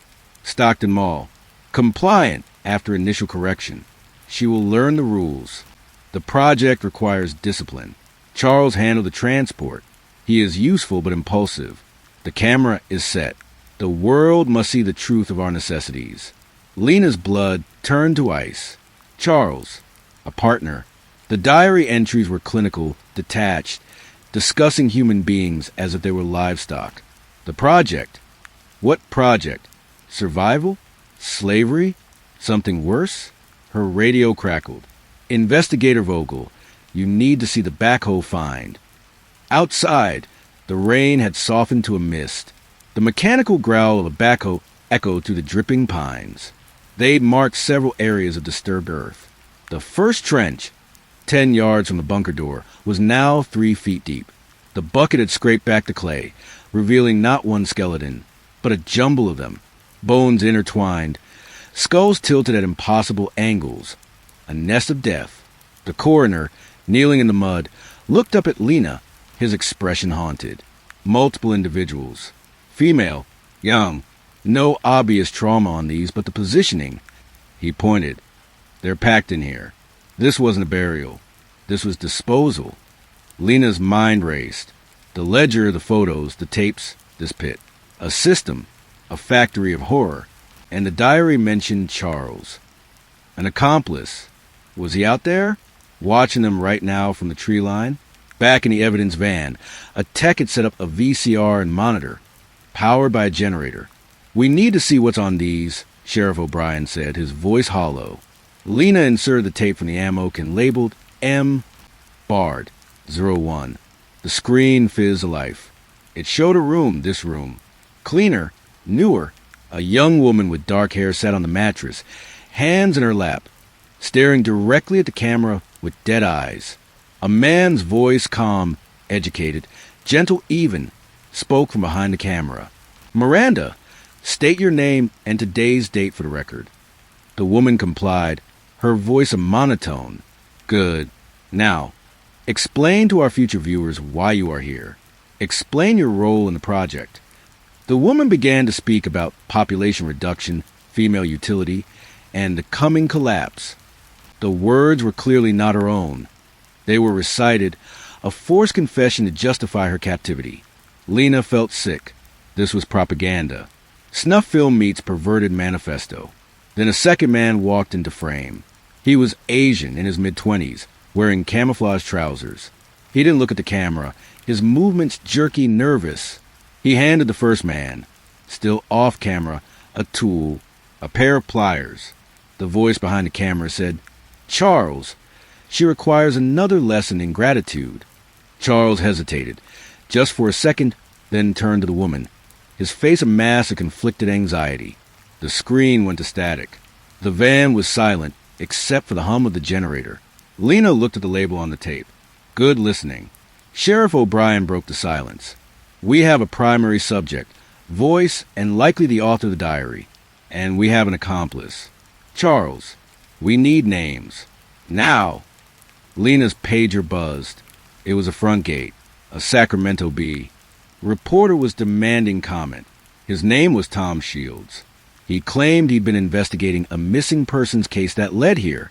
He mentioned the name Leonard Lake. Lena stared at the static on the screen, then at the diary entry in her hand. Charles handled the transport. Two monsters, one with a voice, one with a face. And somewhere, a boneyard they had only just begun to uncover. As she stepped out into the chilling mist, the trees seemed to close in. The reporter knew a name, but did he know how deep the terror went? And was the man named Charles, the nervous man on the tape, already miles away? Or was he, right now, watching them unearth his sins, deciding who to add to his list next? The media storm broke with the force of a Sierra thunderhead. Nightmare Bunker screamed the headlines. Sex slave killer duo. The name from the reporter, Leonard Lake, was the key that unlocked a flood of desperate connections. Lena Vogel spent the next 72 hours in a haze of caffeine and horror, triangulating diary entries with missing persons reports from across California. Lake was a ghost, a former Marine, a survivalist nut, a man who'd floated through the fringe circles of Northern California. He'd been arrested for a burglary in 1983, but skip bail. He'd simply vanished. Until now, the diary was his. The calm, didactic voice on Miranda tape was his. His philosophy, a twisted brew of apocalyptic paranoia, misogyny, and sociopathy, was laid bare in the pages. He called it the Project, a plan to stock a remote survival compound for the coming end times. The key resource? Female companions. Slave labor and sexual servitude. Men were a threat to be eliminated. The Ledger's disposition column told that tale. Charles was a shadow. Lena worked with state DOJ artists to enhance the video frame. The face was published. Charles Ng. Flyers were distributed. An address in San Francisco linked to Ng led to a vacant apartment littered with empty gun boxes and survivalist manuals. Neighbors described him as quiet, awkward, always with that older friend, a white man who did all the talking. Lake. The FBI took the lead, but Lena fought to stay in the loop. This was her county, her crime scene. The body count in the first trench rose to 7. A second burial site, referenced in the diary as Site 2, was found half a mile away using ground-penetrating radar. It yielded for more. The victims were slowly being identified through dental records and jewelry described in Lake's meticulous logs. Deborah C., a 25-year-old from Berkeley, Kathleen A., a 31-year-old mother from Pleasant Hill, Robin S., a 19-year-old college student. Each name was a hammer blow. Lena visited the families, delivering the unbearable news. She saw the relief of knowing warped instantly into a bottomless grief. The mother of Kathleen Allen clutched a photograph and asked, "Did she suffer?" Lena, her professional mask firmly in place, said, "The investigation is ongoing." She would never tell that woman about the tapes, about the lessons. The break in the manhunt came from an unexpected direction. A South San Francisco police detective called. They'd arrested a man for shoplifting. A bizarre incident where he walked out a hardware store with a heavy, expensive vice. When confronted, he'd fought, then fled. A clerk gave chase. The suspect was Asian, in his 20s. He matched the flyer. His name was Charles Ng. Lena and 2 FBI agents raced to the station. Through the one-way glass, she saw him. He was smaller than he appeared on tape, wiry, with a perpetually twitching knee. He was demanding a lawyer, his voice high-pitched, his English heavily accented. "He's not the mastermind," one of the FBI agents, Harper, muttered. "He's a follower, Lake's puppet." "Puppets can still kill," Lena replied, her eyes fixed on Ng's nervous hands.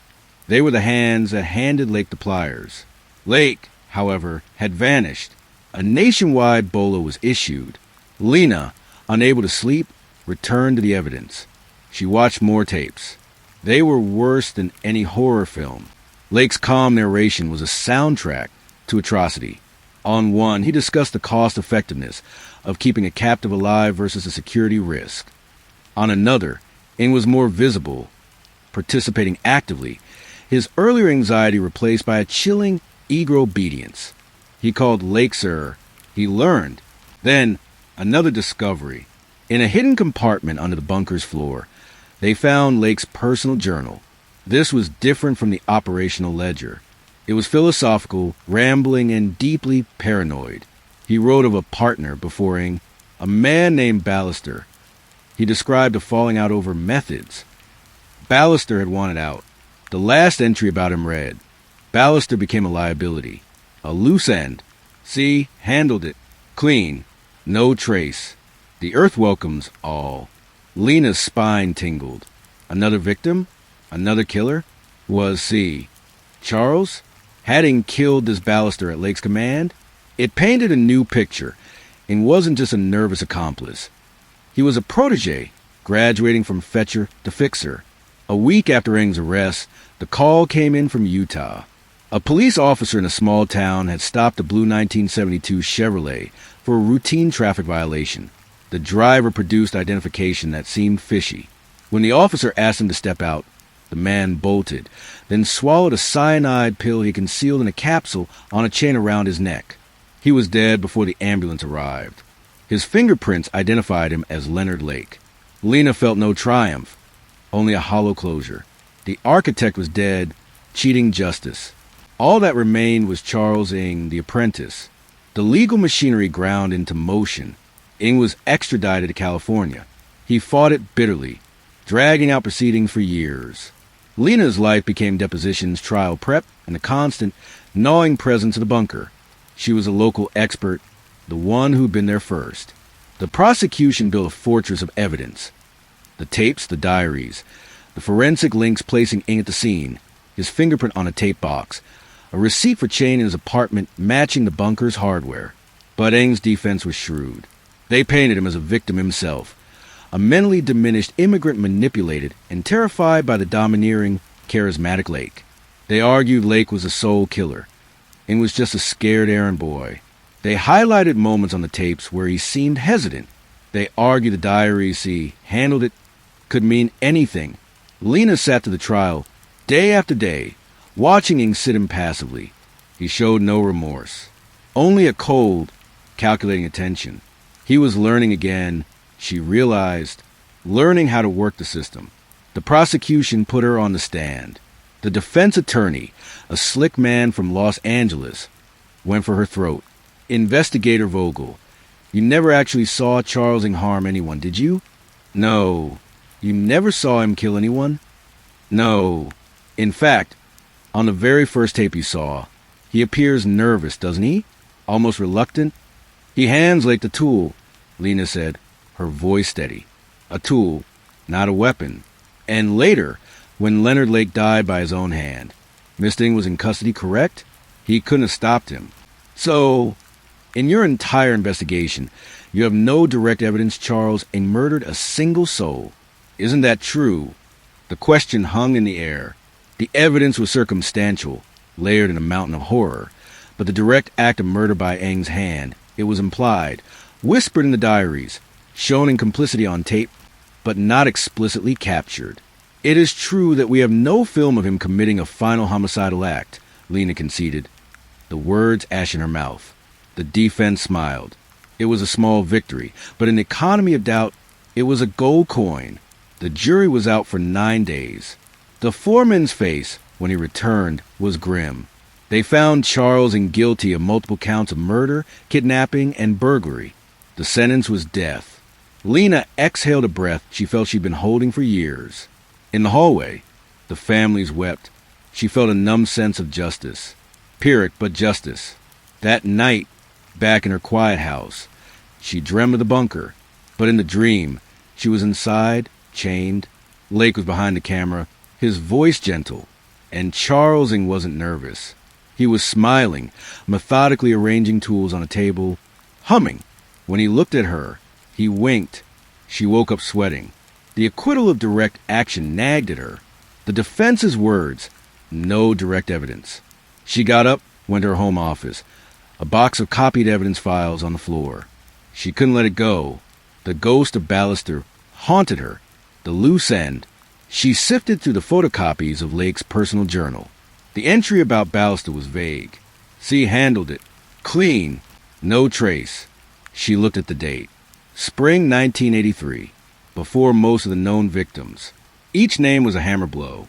Lena visited the families, delivering the unbearable news. She saw the relief of knowing warped instantly into a bottomless grief. The mother of Kathleen Allen clutched a photograph and asked, "Did she suffer?"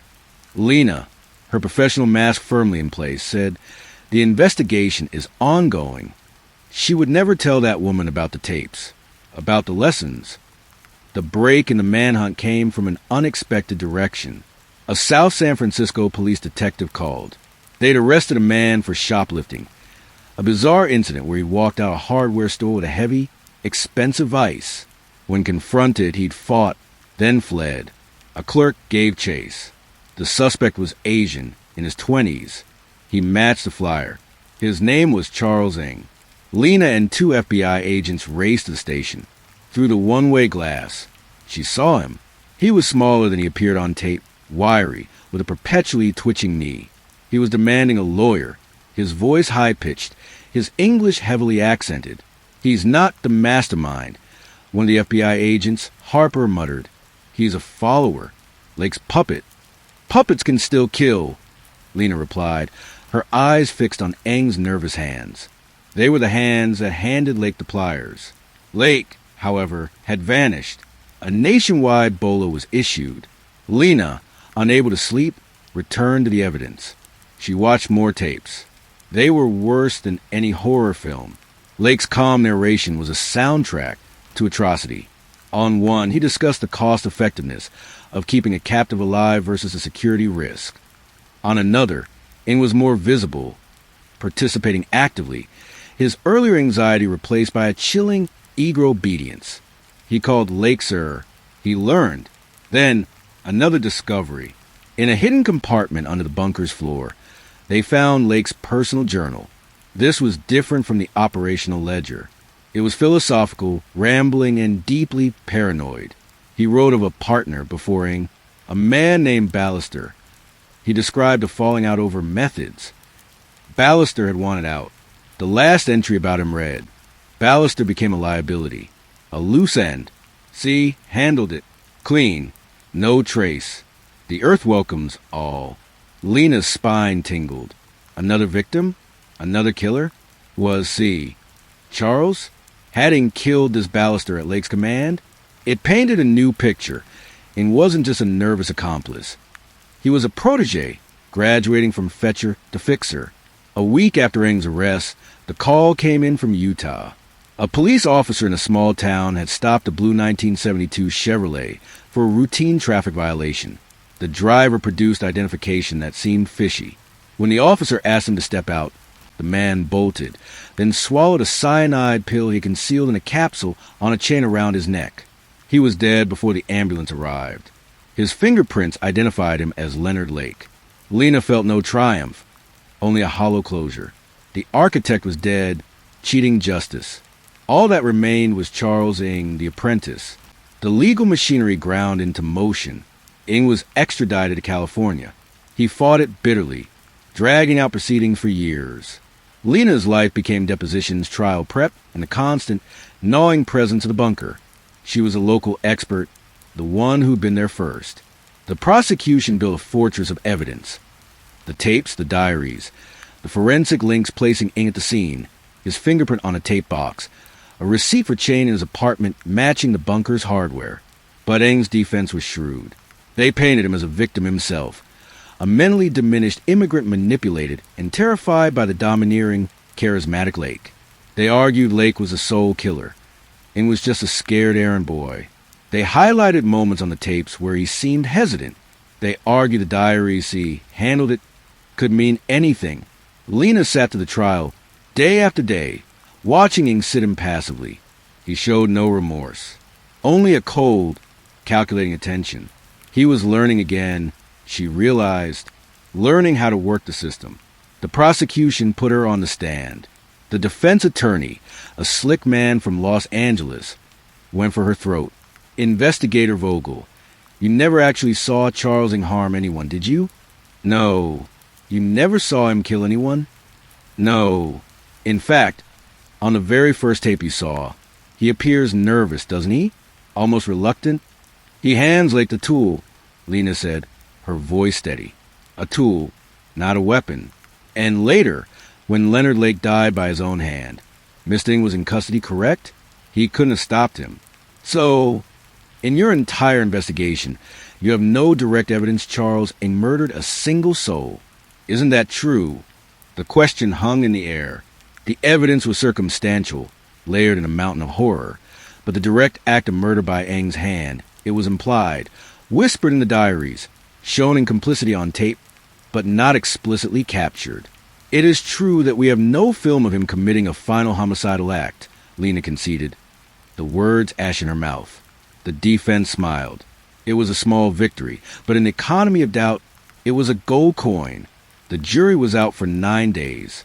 The foreman's face, when he returned, was grim.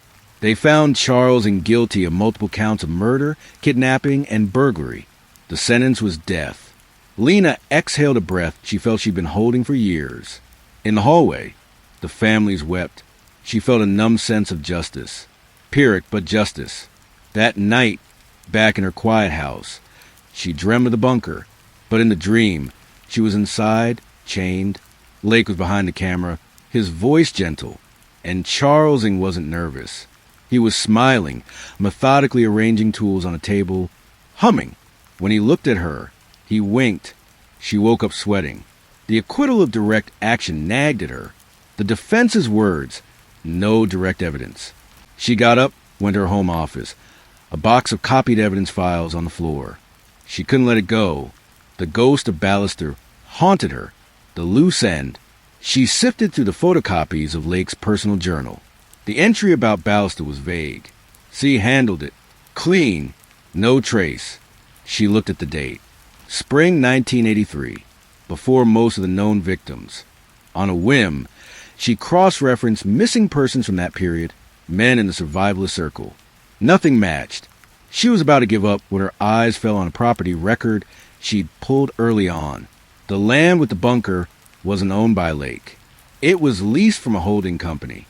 She'd traced the company back to a lawyer in Modesto, a front. She'd hit a dead end. But now, with the name Ballister in her head, she looked at the lawyer's name again, Gerald Ballister. Her heart stuttered. Not a victim. The lawyer. The facilitator. She drove to the office in the pre-dawn gloom. She went straight to the evidence locker and requested the original personal journal. Under the strong examination light, she looked at the Ballister entry, the ink, the pen stroke. She compared it to later entries. There was a subtle difference, a slight tremor in the B. She fetched the diary with the operational logs. The handwriting was identical to the later journal entries, confident, firm. A theory, dark and terrible, coalesced. What if Lake hadn't written the Ballister entry? What if someone else had? What if Gerald Ballister wasn't a liability Lake had eliminated, but a partner who had eliminated Lake? A partner who, when the heat came, needed to tie up the loose end that was Leonard Lake and frame the perfect fall guy. The unstable, easily manipulated Charles Ng. She rewatched the first tape. M. Bard. 01. Ng's nervousness. It was real. But what if it wasn't anxiety over harming the woman? What if it was fear of the man behind the camera? What if Ng was as much a prisoner as the others, groomed not just for complicity, but to be the designated face of the horror, the perfect patsy, while the real architect, the calm voice, the man with the lawyer watched in the shadows? The trial was over. Ng was on death row. The case was closed. The world had its monsters. The dead fanatic in his life, condemned apprentice. Lena stood in the evidence room, the cold silence pressing in. She had testimony, diaries, tapes, bodies. She had a verdict. But she also had a single aberrant journal entry and a property lawyer who had vanished off the grid after setting up the lease. She had the chilling, calculated efficiency of it all. Ng was guilty of terrible things. But was he a willing disciple or the ultimate victim, groomed to be the mask that another, colder monster wore? She thought of Ng's final appeal, still winding its way through the courts. She thought of the calm, educated voice on the tapes. A voice that could belong to a lawyer. A voice that knew how to construct a narrative, both on film and in a court of law. The official story was tidy. 2 monsters, 1 dead, 1 caged. Justice served. Lena Vogel filed the journal away, the doubt now a permanent tenant in her mind. She walked out into the morning light, the California sun doing little to warm her. Somewhere, perhaps on a beach far away, a man with gentle, rational voice and clean hands was living a quiet life, his project complete, his legacy of bones attributed to others. The system had its killers. But as she unlocked her car, the hair on the back of her neck stood up. What if the real masterpiece of the boneyard was not the horror itself, but the flawless frame they built around a man they left to hold the bag? This is our 4th story of Shanda Sherer's slow burn. Teenage girl's 10-hour torture, ordeal ending in flames, most brutal teen murder in U.S. history. The rain didn't wash away the smell. It amplified it. A sickening cocktail of wet earth, gasoline, and something profoundly organic. Something burned. Detective Eris Gray stood at the edge of the gravel turnout on Old Pine Road, the state forest a dripping black wall behind him. The flashing blues of the cruisers painted the scene in stuttering, nightmare strokes. In the center of that awful spotlight was a shape. It wasn't immediately recognizable as human. It was a charred, twisted lump, nestled in a shallow depression of scorched earth and melted gravel. The rain had turned the ash into a gray-black paste that clung to everything. A rookie deputy was vomiting noisily behind his car. Gray didn't blame him. He'd been on homicide for 15 years, and the sheer malice of the scene hit him in the gut like a physical blow. Called him by a trucker at 4:45 a.m., said his partner, Lena Vance, materializing beside him. Her voice was a flat, controlled monotone, a defense mechanism.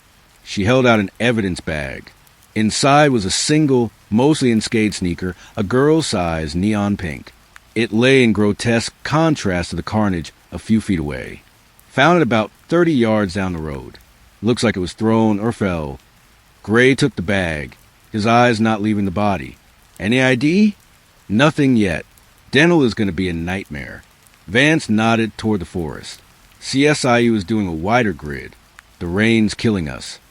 Gray approached the remains, his own shoes sinking into the muck. Up close, the details resolved, each more horrific than the last. This was an accident. It wasn't a dump job after a quick kill.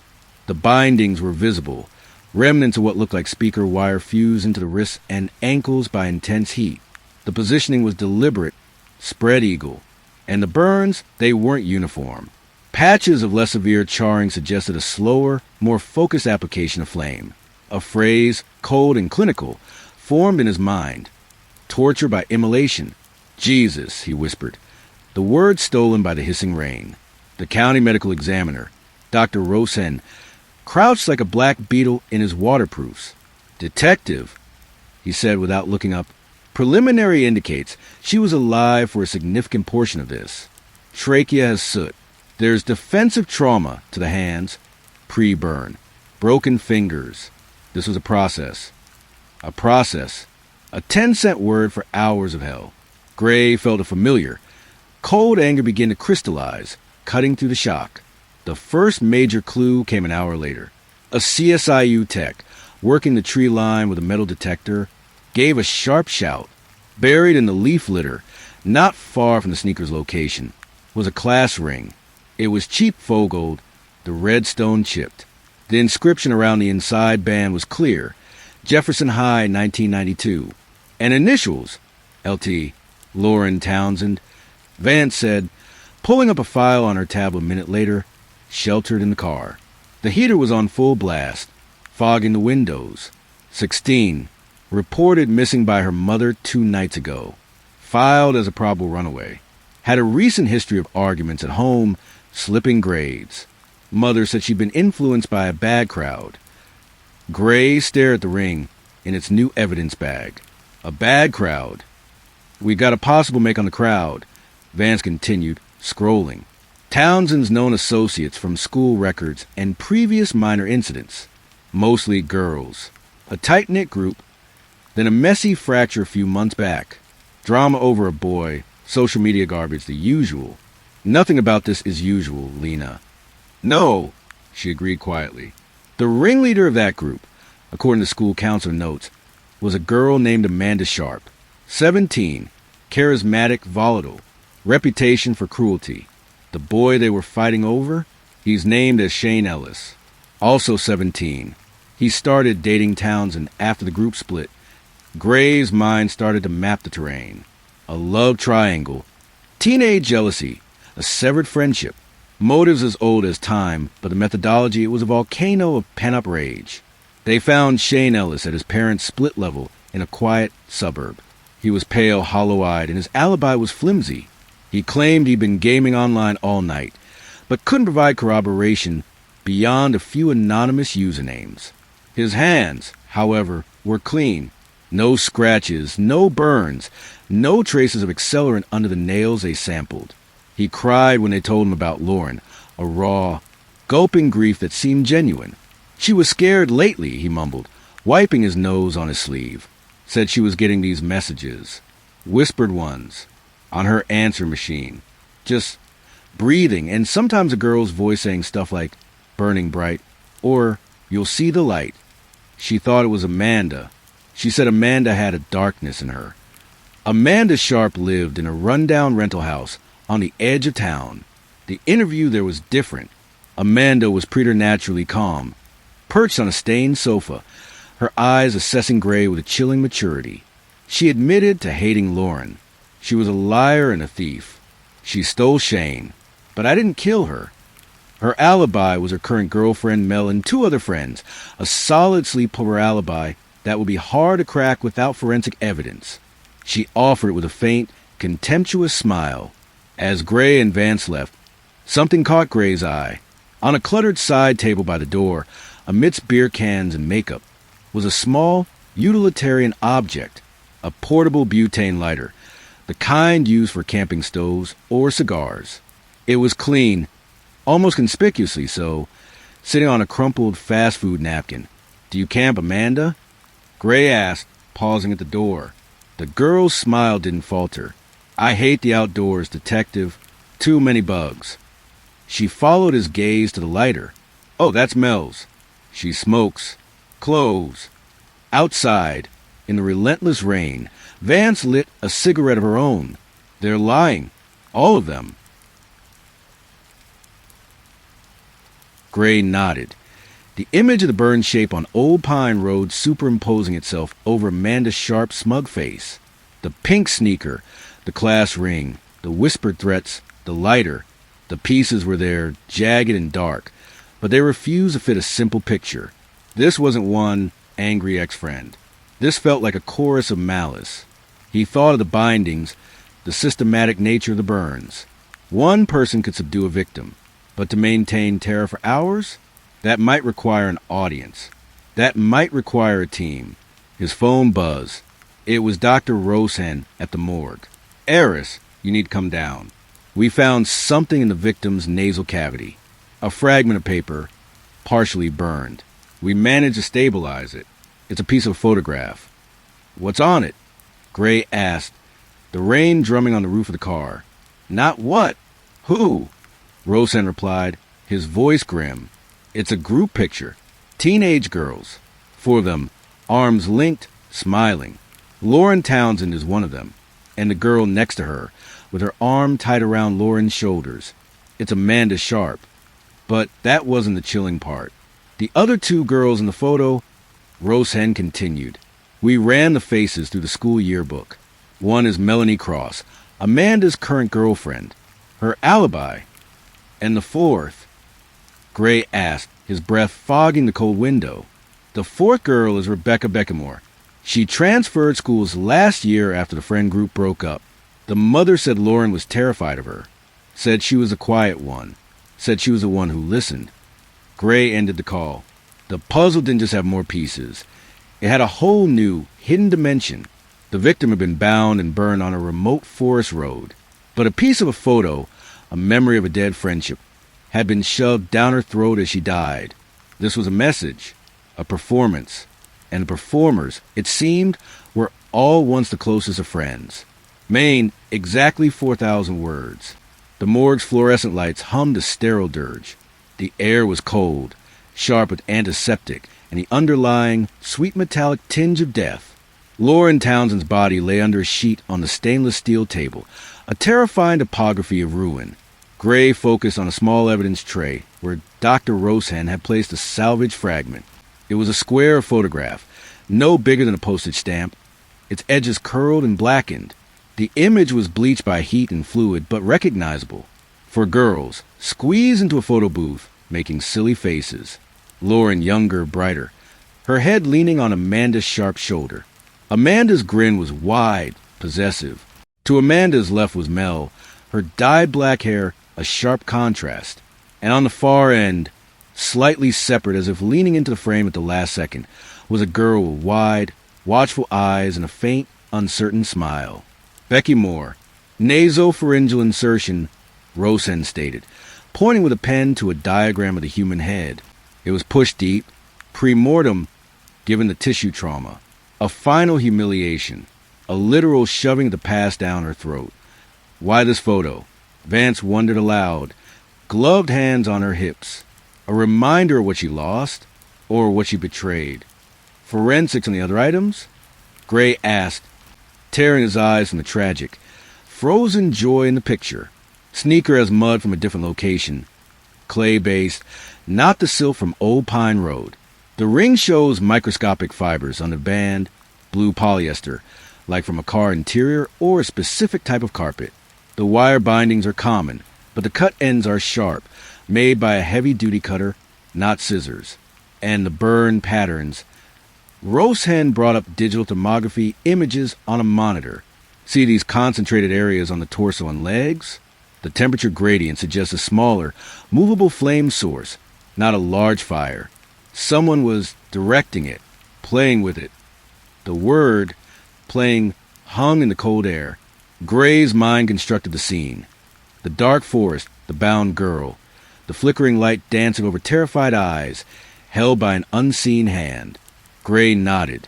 The image of the burned shape on Old Pine Road superimposing itself over Amanda's sharp, smug face.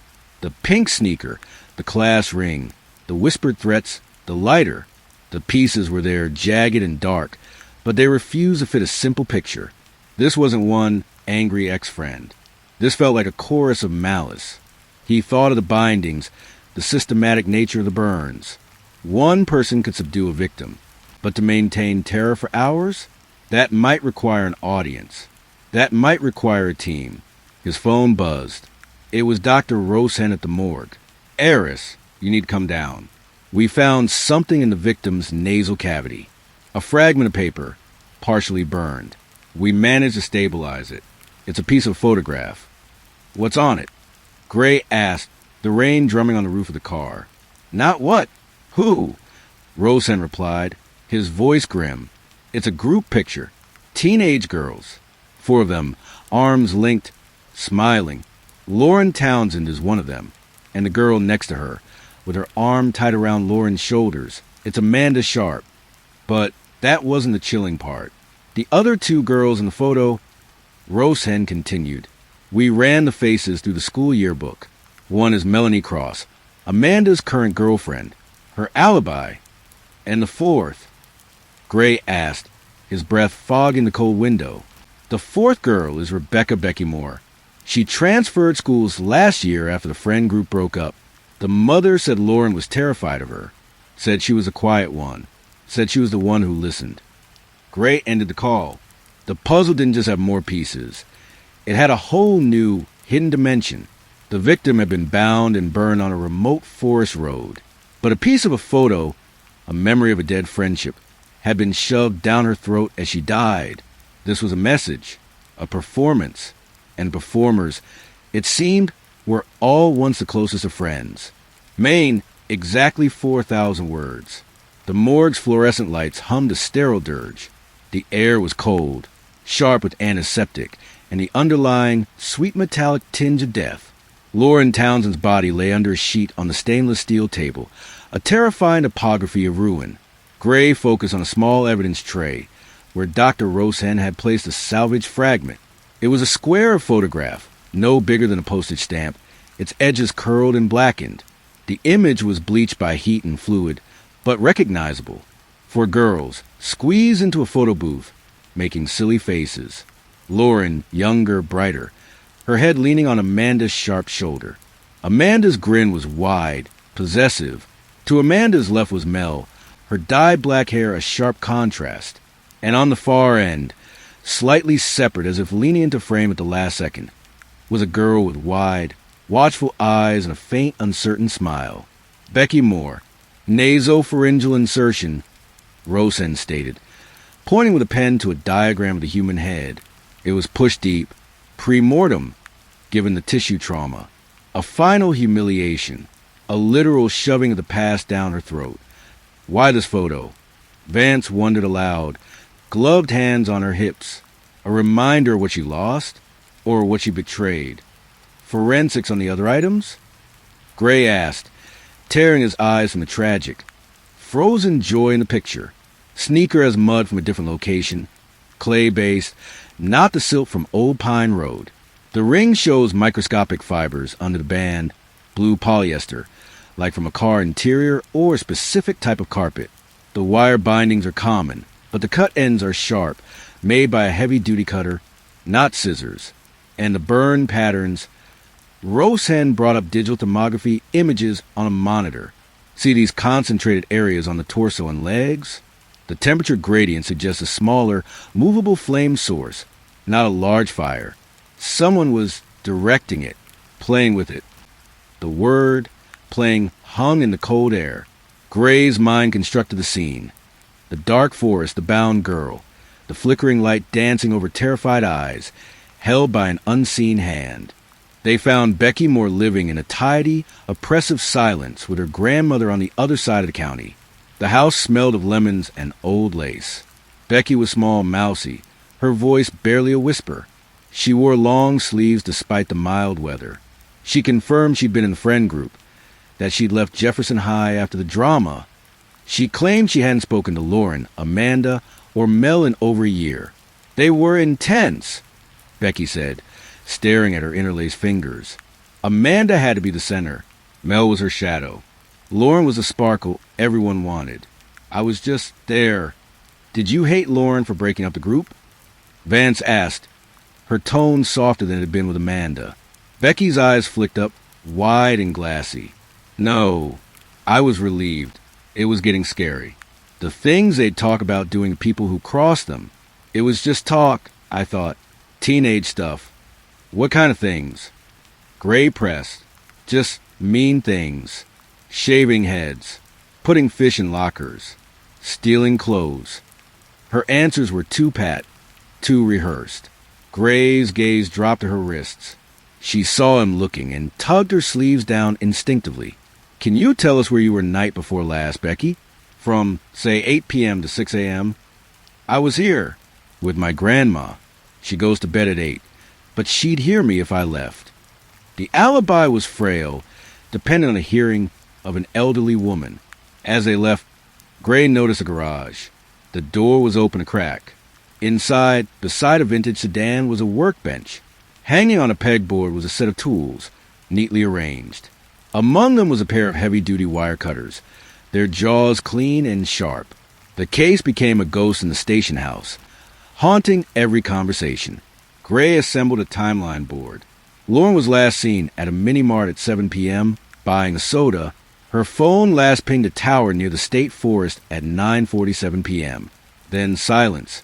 The estimated time of death window was huge, between 11 p.m. and 4 a.m., 10 hours of potential ordeal. He dispatched teams to re-interview Shane Ellis's online contacts, to map Amanda and Mel's supposed sleepover, which involved 4 other teens coming and going, and to pull traffic cam footage from roads leading to the forest. The rain had washed away tire prints, but County Road crew reported seeing a beat-up old sedan, maybe a Honda, parked near the Pine Road turnout 2 nights prior, around midnight. They thought it was kids partying. Forensics on the blue fibers from the ring came back.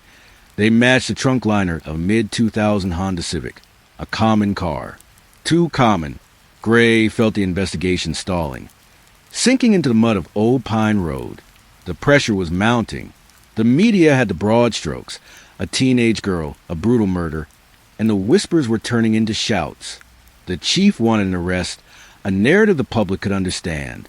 Then, the first crack appeared. One of Shane Ellis's online gaming friends, under pressure, admitted Shane had logged off around 10 p.m. the night Lauren disappeared. He said he had to go meet someone, that it was important. Confronted, Shane broke. The tears returned, but they were different now, tinged with panic. She called me. Lauren called me around 9:30.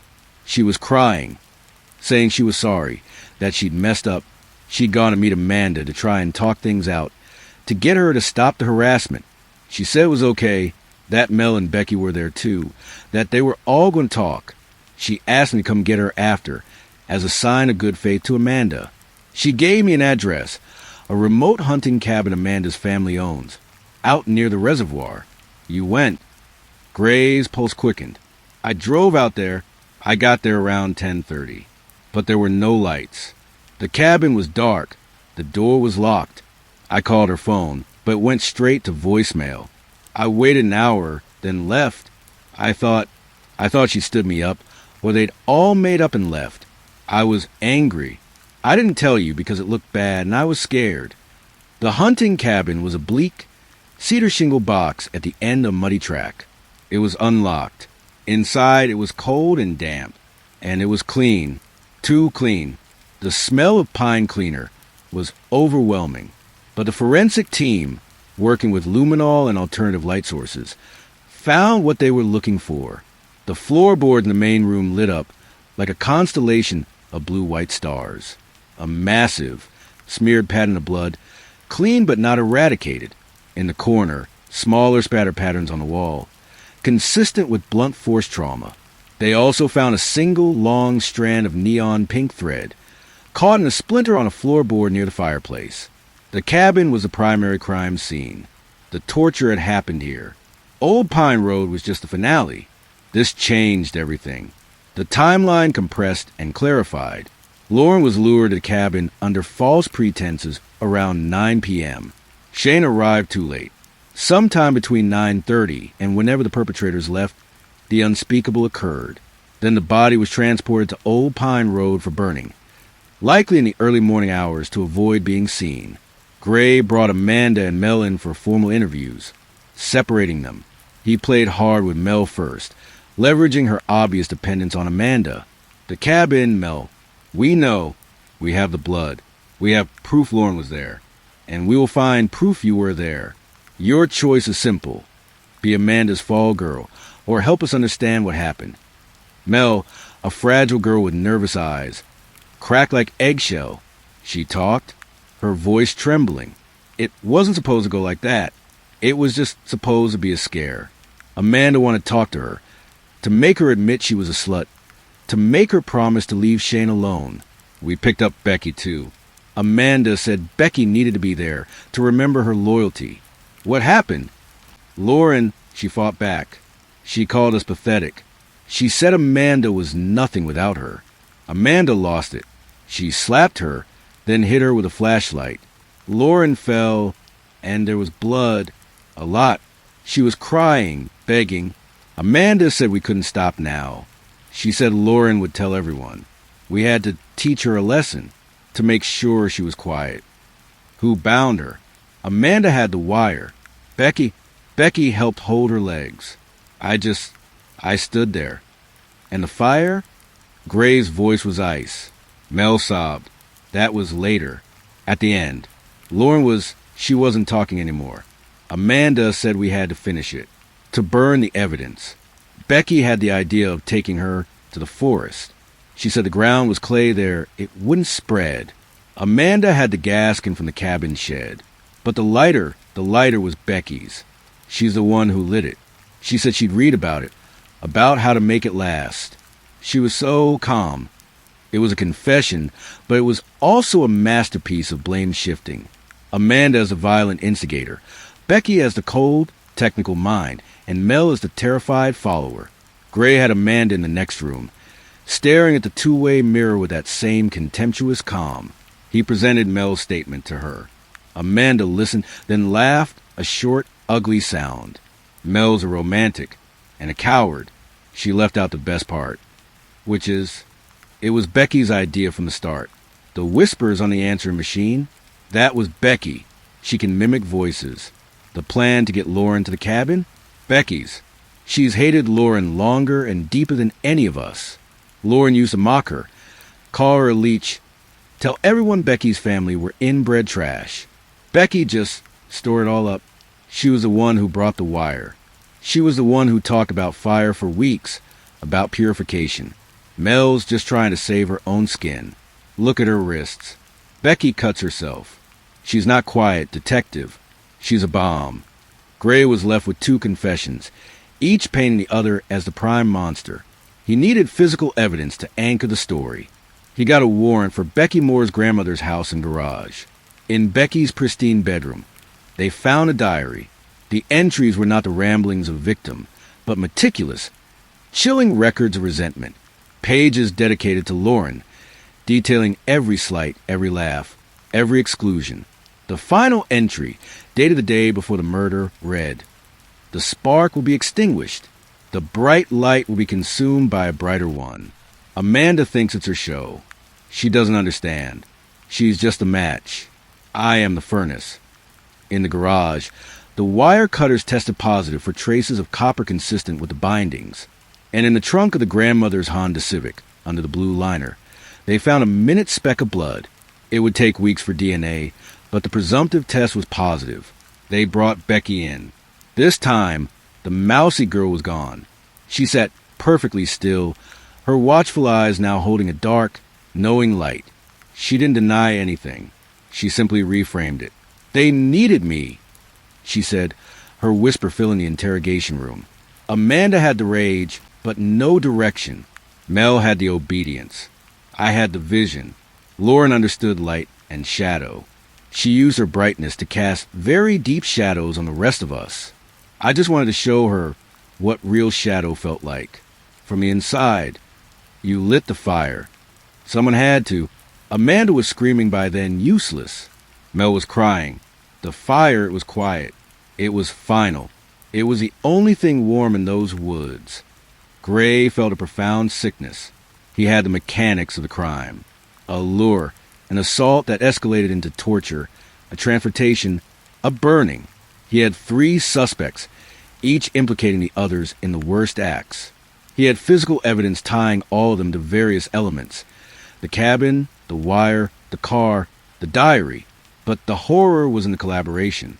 The way they had taken turns being the monster, feeding off each other's cruelty, a collective descent into savagery that no single psyche could have sustained alone. The DA was thrilled. They had enough to charge all 3. Amanda Sharp for aggravated murder and torture, Melanie Cross and Becky Moore as accomplices to the same. The media would get its narrative. A twisted lesbian love triangle gone horribly wrong. A coven of teenage witches. It was neat. It was almost satisfying. But Gray lay awake at night, the case file burning behind his eyes. Becky's words. Amanda thinks it's her show. She doesn't understand. She's just a match. I am the furnace. And the lighter on Amanda's table, which she said was Mel's. Mel, in her confession, said the lighter was Becky's. But the one they found in Becky's possessions after the warrant was a different, cheap disposable, where was the butane lighter from Amanda's house. He drove back to the Sharp residence in the dead of night. Amanda was in custody, the house sealed. He let himself in with the key from evidence. The living room was as it was. The fast food napkin was gone, bag as evidence. But he looked at the table again. Why place a lighter neatly on a napkin, unless you were protecting the surface? From what? He got on his knees, shining his flashlight at an angle across the cheap wooden surface. There, almost invisible, was a faint, greasy smudge. He swabbed it. It would go to the lab. The report came back 2 days later, as the DA was preparing for the press conference. The swab from Amanda's table tested positive for a mixture of accelerants, gasoline, and a chemical compound found in a specific brand of cigar lighter fluid, the kind used to refill portable butane lighters.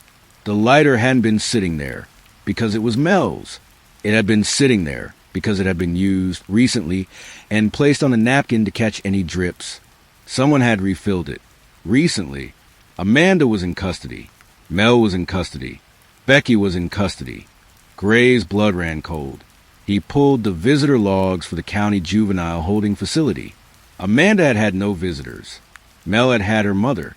Becky had had her grandmother. He pulled the evidence manifest for Becky Moore's personal effects from the night of her arrest. Listed among her clothing, a long-sleeved flannel shirt. He had the shirt re-examined. In the cuff, almost invisible against the pattern, was a tiny, dried brownish smear. The test for human blood was positive. The DNA would take time, but the blood type was a match for Lauren Townsend. It was a final piece. It placed Becky at the violent, bloody phase in the cabin. But the accelerant on Amanda's table, it nagged at him. He re-interviewed the grandmother, a frail woman named Eleanor Moore. She was distraught, confused. My Becky wouldn't hurt a fly, she wept. She's a good girl. She came home that night. She was upset. Her sleeves were wet. She said she'd spilled soda on them at the movies. She washed them in the sink herself. She's always so particular about her clothes. Did you take her anywhere in the days after Lauren went missing, Mrs. Moore? Before we came to talk to her the first time? The old woman thought, her hands twisting a handkerchief, just to the pharmacy for my medicine. And she asked me to stop at Amanda Sharp's house. She said she left a textbook there months ago and needed to return one of Amanda's. She was only inside for a minute. A minute. Long enough to place a recently used, refilled lighter on a napkin on a table in the home of the girl. She was setting up to take the fall for the worst of it. Long enough to ensure it was found. Gray saw it now. The true shape of the horror. Amanda was the brutal face of the crime. Mel was the weeping conscience. But Becky was the architect. She had manipulated Amanda's rage, directed Mel's fear, and orchestrated the entire ordeal to punish the girl she envied, while simultaneously setting the stage to eliminate the two former friends she despised almost as much. She had participated, getting her own hands dirty with blood and flame, to ensure her credibility and their culpability. She had turned a murder into a trap within a trap. He rushed to the DA, laying out the new theory. Becky Moore is the primary manipulator and active participant, the one who facilitated and prolonged the torture, the one who ensured the evidence pointed to a group dynamic where she appeared as a lesser player. The DA, a political animal, shook his head. Heiress, we have 3 confessions at interlock. We have physical evidence on all 3. The public sees 3 monsters. The narrative of a toxic group is clean. What you're giving me is complicated. The quiet one was a mastermind. It's messy, and without DNA back on that blood in her cuff or direct print on that lighter, it's speculative. She's still going away for life as an accomplice. Justice is served. Is it? Gray asked, but the meeting was over. The arrests made national news. The story was exactly as the DA wanted. Teen love triangle erupts in satanic torture murder. Amanda Sharp was painted as a sociopathic ringleader, Mel as the weak follower, and Becky Moore as the disturbed hanger-on. The true, chilling depth of Becky's orchestration was buried in the mountain of evidence, a footnote for future true crime bloggers. On the eve of the trial, Gray visited Becky in her cell. She looked smaller than ever. "You win," he said flatly. She looked at him, those watchful eyes gleaming in the dim light. "Do I, detective? Amanda will get the death penalty. Mel will get life, maybe parole in 50 years. I'll be out in 20, maybe less, with good behavior. I'll be in my late 30s. I'll have my whole life ahead of me. A life Lauren, Amanda, and Mel won't have. You planned it that way." "I planned for every outcome," she whispered, a ghost of a smile on her lips. "The furnace doesn't get burned. It contains the fire. It outlasts the fuel." Gray left, the sickness and impermanent. He had solved the crime. He had identified the killers. But he had a terrifying certainty that the true evil in the room had just outmaneuvered the entire justice system, using its own hunger for a simple story against it. The real horror wasn't the 10-hour ordeal. It was a mind that could conceive of it, execute it, and walk away with a lighter sentence, already counting the days until she was free. The trial was a media circus, a grotesque carnival of true crime tourism. Gray was forced to sit on the stand and parcel out the horror in clinical terms. The blood patterns, the wire bindings, the burned apology. He watched the families, Lauren's shattered, Amanda's in denial, Mel's drowning in shame, Becky's grandmother simply lost. The DA's narrative held. Amanda Sharp, with her defiant glare and history of aggression, was the perfect villain. Her lawyer's attempts to paint Becky as the manipulator were dismissed as desperate deflection. Mel's tearful testimony, though it detailed Becky's calm suggestions and technical contributions, only cemented her own participation. Becky's defense was a masterclass in passive performance. She spoke softly. She cried when describing her own fear. She claimed she was coerced by Amanda's dominance and was just trying to survive. The diary was explained as angsty poetry, the blood on her cuff as trying to help Lauren after Amanda hit her. The jury saw a small, frightened girl, a victim of the group's dynamic. The physical evidence was a net that caught all three. The specificity of who did what became legally blurred under the umbrella of acting in concert. They were all guilty of felony murder. The verdicts came down like hammer blows. Guilty on all counts for Amanda Sharp and Melanie Cross. Guilty for Rebecca Moore, but on the lesser charge of aggravated manslaughter and kidnapping. The jury bought the coercion angle. The judge, bound by sentencing guidelines, gave Amanda life without parole. Mel received life with the possibility of parole after 40 years.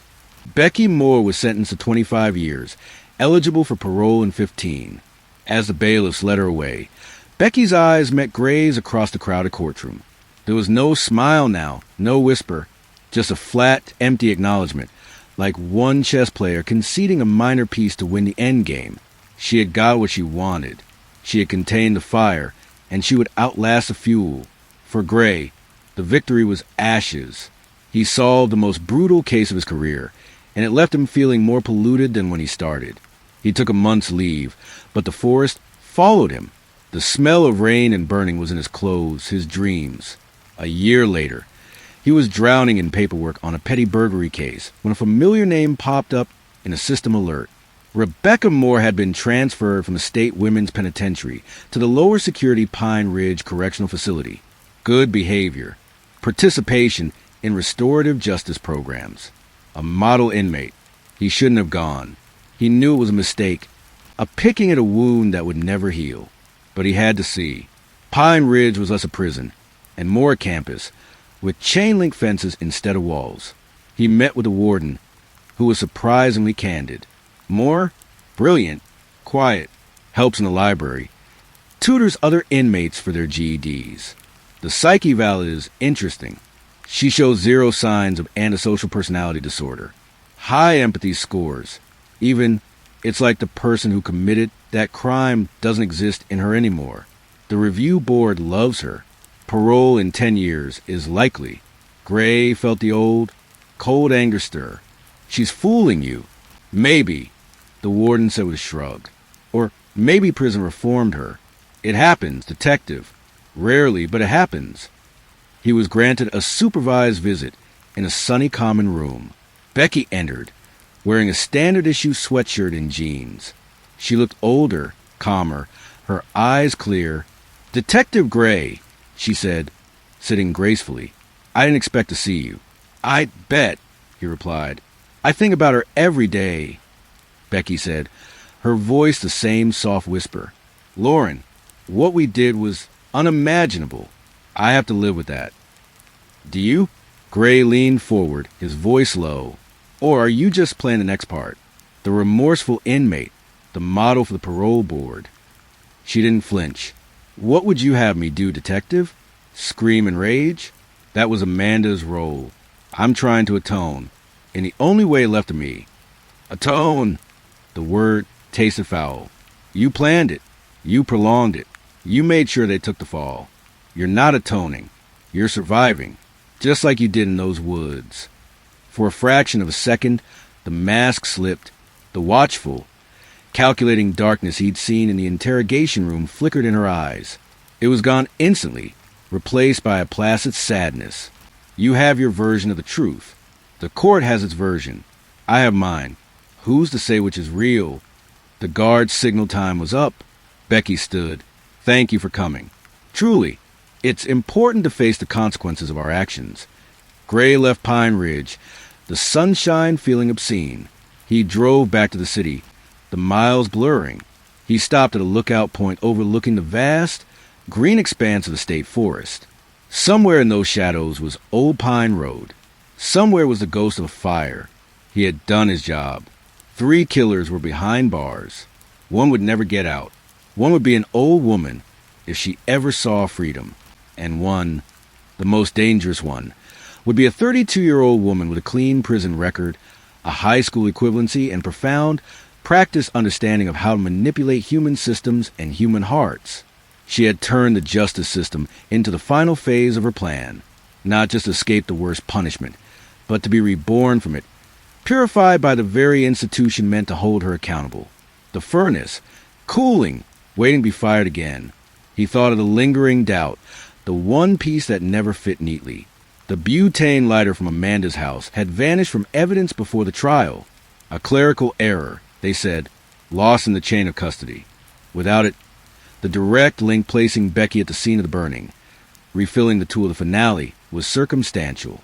He'd always wondered if that error was deliberate, if Becky had a reach, even from her cell, that they never understood. A sympathetic guard? A manipulated fellow inmate with contacts on the outside? It was paranoia, probably, but paranoia born from witnessing a mind that thought 10 steps ahead. As the sun dipped below the tree line, casting the forest into an early twilight, Eris Gray made a silent vow. He would watch. He would note every parole hearing, every transfer, every report on Rebecca Moore. It was all he could do. He was no longer a detective on the case. He was just a man who had seen the true face of the furnace and knew that its embers were still warm, waiting for the right breath to make them flame again. He turned the key in the ignition, the headlights cutting twin swaths through the gathering dark. The road back to the city stretched ahead, a ribbon of gray under a bruised, purple sky. He had solved the murder of Lauren Townsend, but he had failed to contain the evil that engineered it. That evil was in a file, in a cell, counting down the days. And as he drove away from the dark embrace of the woods, a single, chilling question echoed in the silent car, a whisper beneath the rumble of the engine, a doubt that would haunt him for the rest of his days. But in 15 years, when the doors of Pine Ridge slide open for her, who will be waiting for Becky Moore on the outside? And what new fire will she have learned to build in the quiet of her cell? This is 5th and last story of the West Memphis 3. Satanic panic, child dismemberment, and the town's darkest secret, unsolved ritual murders of 93. The rain fell on Robin Hood Hills in a cold, whispering curtain, turning the earth to a slick, primordial gum. It was this rain that washed the shallow grave clean, that peeled back the damp carpet of leaves to reveal a pale, waxy fragment that was not a root, not a stone. A boy's finger, severed just above the knuckle, pointed accusingly at the steel gray sky. Detective Ray saw it first. The beam of his maglite trembled, not from the weight of the tool, but from the enormity of the sight. The tiny finger, caked in ochre mud, lay nestled between two gnarled roots of a willow that leaned over the sluggish, rain-swollen creek like a mourning giant. The scene was a violation of silence, a scream frozen in the damp earth. The air, thick with the petrichor wet pine and decay, seemed to suck the oxygen from his lungs. Over here, his voice was a ragged tear in the fabric of the woods. The medical examiner, Dr. Eris Thorne, crouched with a grace that belied his 60 years. His gloved hands, steady as a surgeon's, did not touch the fragment. He simply observed, his face a mask of professional solemnity that Hayes knew had a churning disgust. Juvenile, recent, less than 24 hours. Thorne's words were clinical pellets in the quiet. The cut is jagged, not a clean severance. Tool marks may be serrated, or hesitation. The call had come just after dawn. 3 8-year-old boys were missing from their homes on the outskirts of West Memphis. Stevie Branch, Michael Moore, and Christopher Byers. A frantic search had begun, neighbors and volunteers fanning out to the familiar, now sinister woods where the boys were last seen riding their bikes. Hayes had felt the dread coiling in his gut from the moment he'd arrived. These woods, a playground for generations, had transformed. Every shadowed thicket seemed to watch. Every creak of a branch was a muffled cry. Now, they had a fragment of a child. The rest of the scene unfolded with nightmarish logic. 20 yards downstream, snagged on a submerged log, was a small, waterlogged Nike sneaker. Then, in a clearing that felt too perfectly circular, they found the bicycles. 3 of them, dumped in a careless heap, chrome gleaming dully in the rain. They looked like discarded exoskeletons. The town's fear, already a live wire, now sparked with new, darker current. Rumors, whispered over coffee counters and across backyard fences, spoke of strangers in vans, of transit workers from a nearby river docks. But Hayes, a man whose cynicism was worn into the lines of his face like grooves in old leather, sensed something else. The placement of the bikes felt staged. The isolated finger felt like a message, or a sacrifice. His partner, Detective Vince Corbell, a bullish man with a preacher's certainty, voiced the undercurrent. This is no abduction, Ray. This is a display. He kicked at a sodden pile of leaves, revealing a patch of disturbed earth. Look at this place. It's a grotto, a damn altar. Hayes resisted the leap. Satanic panic was a tabloid fever dream, a contagion that had swept through law enforcement seminars in the 80s. It led to bad policing, to tunnels of confirmation bias. But staring at that pale finger in the mud, in this eerily symmetrical clearing, the rational part of his brain flickered. The rain drummed a funeral dirge on his hood. The search intensified, a grim ballet of blue suits and flashing lights. Hours bled into one another, the gray daylight never brightening. It was a rookie, pale and vomiting into a bush, who found them. They were in the water, all 3, bound together at the wrists with their own shoelaces, submerged in a muddy tributary no deeper than a bathtub. Their small bodies were bruised, covered in leaf litter and creek mud. Christopher Byers' injuries were grotesquely different. Severe mutilation, a frantic, overkill violence that stood in stark, horrifying contrast to the drownings of the other 2. The scene was one of profound, calculated horror. It was not a crime of passion. It was a ritual of hatred. The media descended, a storm of its own. The words satanic cult were printed, broadcast, seared into the public consciousness before the autopsies were complete. West Memphis became a petri dish of paranoia. Parents kept children indoors. Prayer groups formed on street corners. The pressure on the department was a physical weight. Hayes, tasked with leading the investigation, felt the case slipping from his grasp into the realm of myth. He sat in the incident room.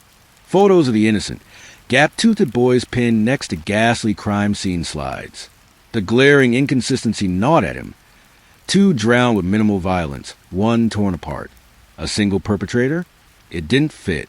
A group? It fit the panic, but not the evidence. Then the tip came. A clerk at a Bojangles near the highway, a mile from the woods, reported seeing 3 teenage boys covered in mud near the restaurant's bathroom sink around 8:30 p.m. on the night of the murders. They were acting strange. One wore a heavy metal t-shirt. Another had a notebook with pentagrams on it. Corbell pounced. Freaks. Outcasts. Dabbling in the occult. It's textbook. Hayes was less sure. He pulled the file on the most notorious local outcast, Damien Eccles, an 18-year-old with a penchant for black clothing, Stephen King novels, and Wiccan practices lifted from library books. A boy who walked the halls of West Memphis High School like a ghost, inviting fear and ridicule in equal measure. He had a record, minor disturbances, a psychologist report mentioning schizotypal tendencies. He was a perfect vessel for the town's terror. They brought in Eccles and 2 of his friends, 16-year-old Jason Baldwin and 17-year-old Jesse Miskelly Jr., for questioning. Miskelly, with a low IQ and a desperate desire to please, confessed over 12 hours of interrogation. The confession was rambling, contradictory, a mosaic of leading questions and fed details. He implicated himself, Eccles, and Baldwin.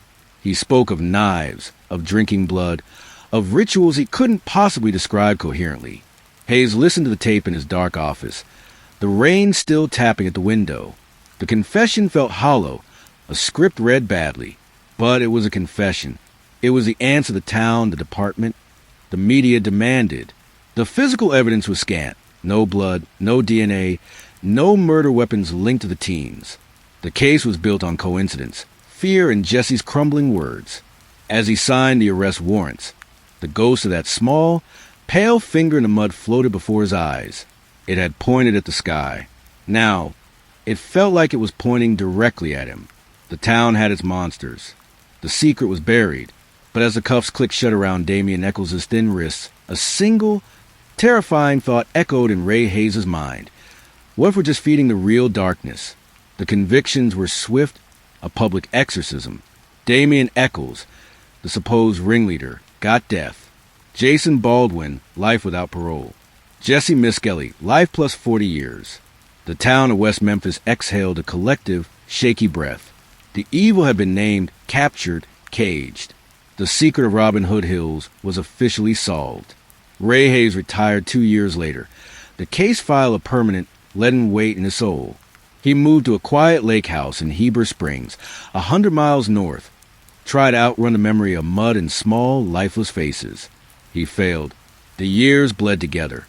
Marked only by the occasional news article about appeals, documentaries proclaiming the trio's innocence, and the endless, churning speculation of true crime forums. Then, on a Tuesday afternoon, 20 years to the day after bodies were found, a package arrived. No return address. His heart, an old, tired engine, lurched. Inside was a single sealed evidence bag. Inside there was a cheap black plastic notebook, the kind sold in dime stores.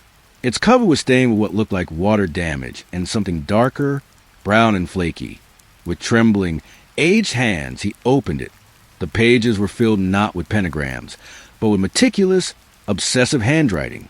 Lists of names, dates, times, observations of the boys, Stevie, Michael, Christopher, over weeks. Their routes to school, their habits in the woods, their parents' work schedules. It was a stalker's log, and on the final page, an entry dated the day of the murders. The circle is ready. The offering will be made. The master will drink their fear. It must be 3. The third is the key. The lamb must be screaming. The handwriting was not Damien Eccles's. It was precise, cold, utterly controlled. And taped to the last page was a faded Polaroid, its colors bleached by time. It showed a man's back, turned to the camera, standing at the edge of the creek in Robin Hood Hills. He was wearing what looked like a dark uniform jacket. Lying at his feet on the bank were 3 small bicycles. The photo was dated, in the same handwriting, May 5th, 1993, the day of the murders. Hayes' breath vanished. The room tilted. This was not the work of misguided teenagers. This was a blueprint. The sender had known. The sender had been there. And with an ice pick of dread, Hayes recognized the jacket in the photo. It was the old style of uniform worn by the West Memphis Auxiliary Police, a volunteer unit disbanded in the late 80s. a unit that had included respected men, business owners, deacons, fathers. The secret of Robin Hood Hills had just cracked open, and from the darkness beneath, something was staring back. The notebook in his hands wasn't just evidence. It was a key to a door he'd helped nail shut, and the final scribbled line of the entry, underlined 3 times, screamed in his mind. The third is the key. Christopher Byers, the mutilated child, the overkill, the offering. He had gotten everything wrong. The town had not caught the darkness. They had built a cage around the wrong men, while the real evil had walked free, wearing a familiar face, for 20 years. The name at the top of one of Stalkerlog's early pages was John B. Security, Saturday p.m. It took Hayes less than an hour of frantic, dusty searching through his own old case notes to make the connection. John Boomer Braxton. He'd been head of security at a local lumber yard in '93, a job that required a uniform. He'd also been an auxiliary officer until the program was cut. A pillar, a gruff, no-nonsense man who'd helped with the initial search, who'd been quoted in the paper saying, "We need to burn the evil out of this town." Hayes drove back to West Memphis through a veil of pounding rain, the notebook sealed in a Ziploc bag on the passenger seat. The town had changed, strip malls and fast food chains where fields once were, but the old wounds were visible beneath the veneer. He went not to the police. The department that had prosecuted the case was a monument he could not trust, but to Eris Thorne, the retired medical examiner. Thorne lived in a book-cluttered bungalow that smelled of formaldehyde and chamomile tea. He examined the notebook and the Polaroid under a magnifying lamp, his hands still steady. The blood is old, mammalian. The paper matches a brand widely available in the early '90s. He pointed to the uniform in the photo. The patch on the shoulder is the auxiliary shield. You can just see the edge. Boomer Braxton, Hayes said, the name ash in his mouth. Thorne's eyes, wise and weary, met his. "Ray, you know what this means. If this is real, the entire foundation of that trial was quicksand. I know." Hayes felt sick. The mutilation on Byers. You always said it was different. Frenzy, but precise in its savagery.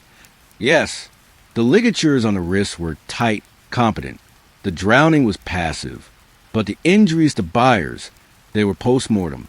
A display. A message. The confession never got that detail right.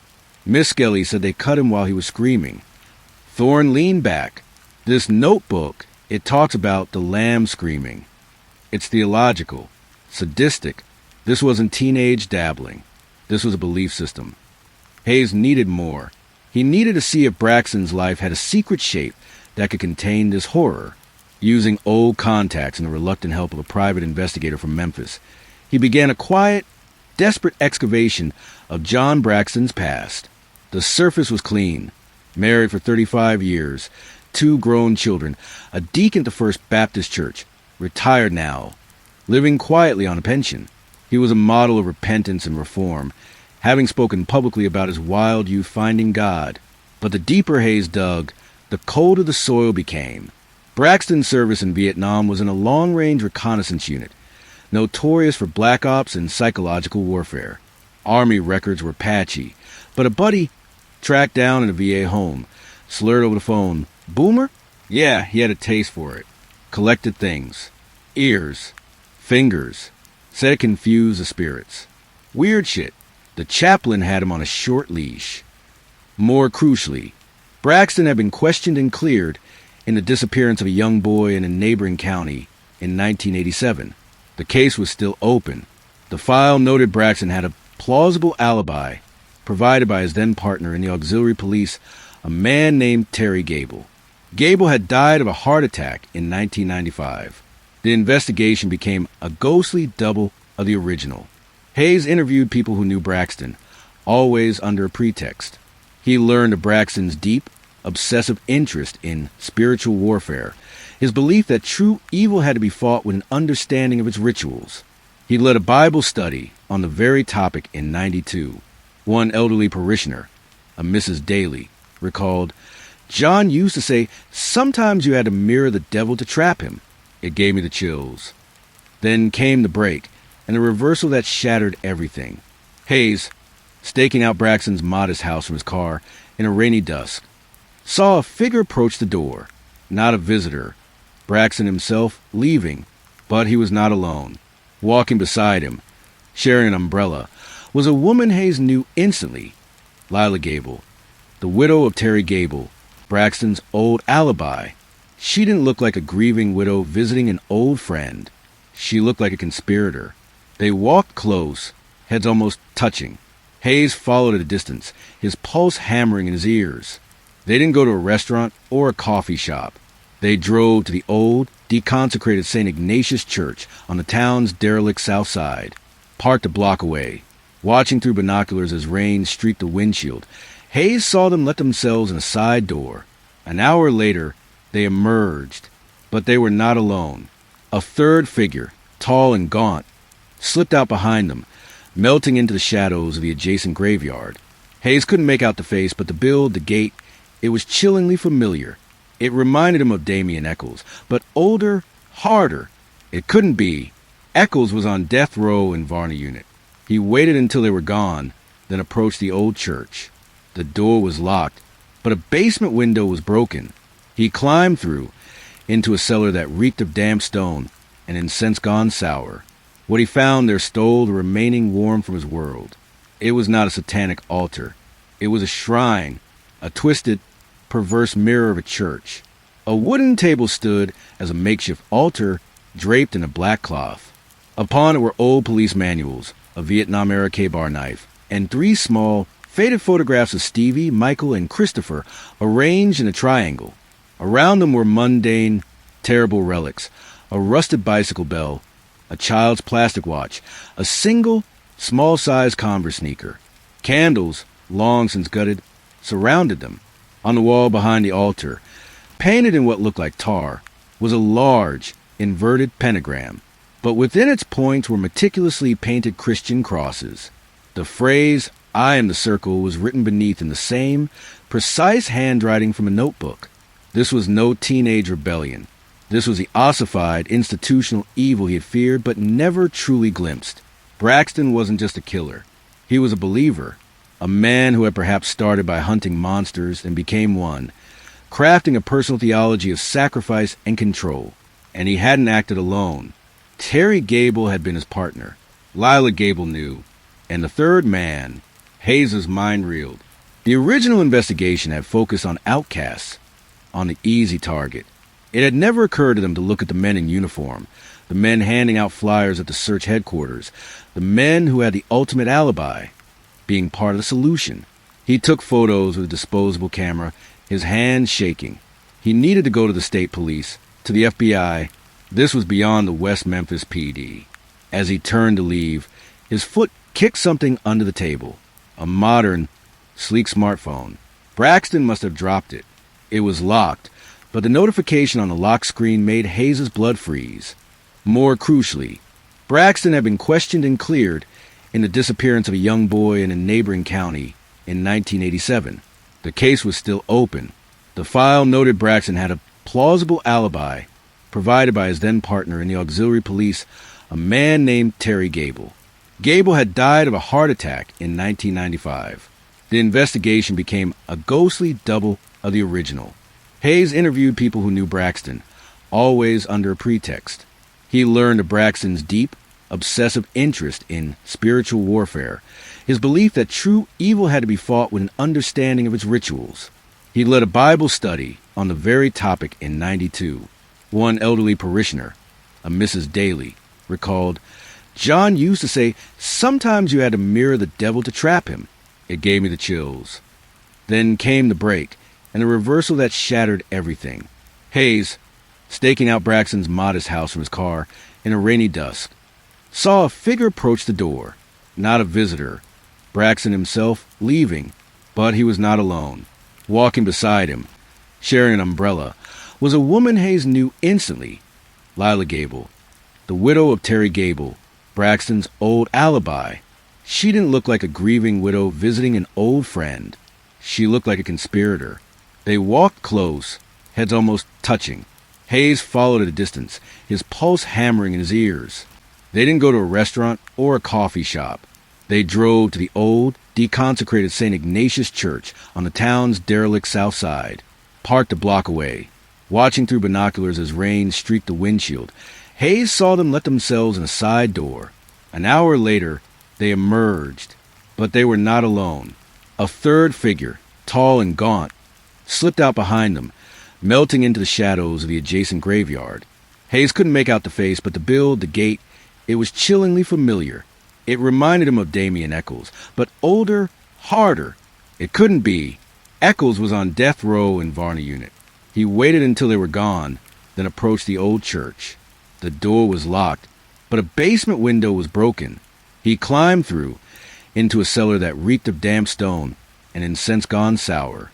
What he found there stole the remaining warmth from his world. It was not a satanic altar. It was a shrine, a twisted, perverse mirror of a church. A wooden table stood as a makeshift altar draped in a black cloth. Upon it were old police manuals, a Vietnam-era K-bar knife, and 3 small, faded photographs of Stevie, Michael, and Christopher arranged in a triangle. Around them were mundane, terrible relics, a rusted bicycle bell, a child's plastic watch, a single, small-sized Converse sneaker. Candles, long since gutted, surrounded them. On the wall behind the altar, painted in what looked like tar, was a large, inverted pentagram, but within its points were meticulously painted Christian crosses. The phrase, "I am the circle," was written beneath in the same, precise handwriting from a notebook. This was no teenage rebellion. This was the ossified, institutional evil he had feared but never truly glimpsed. Braxton wasn't just a killer.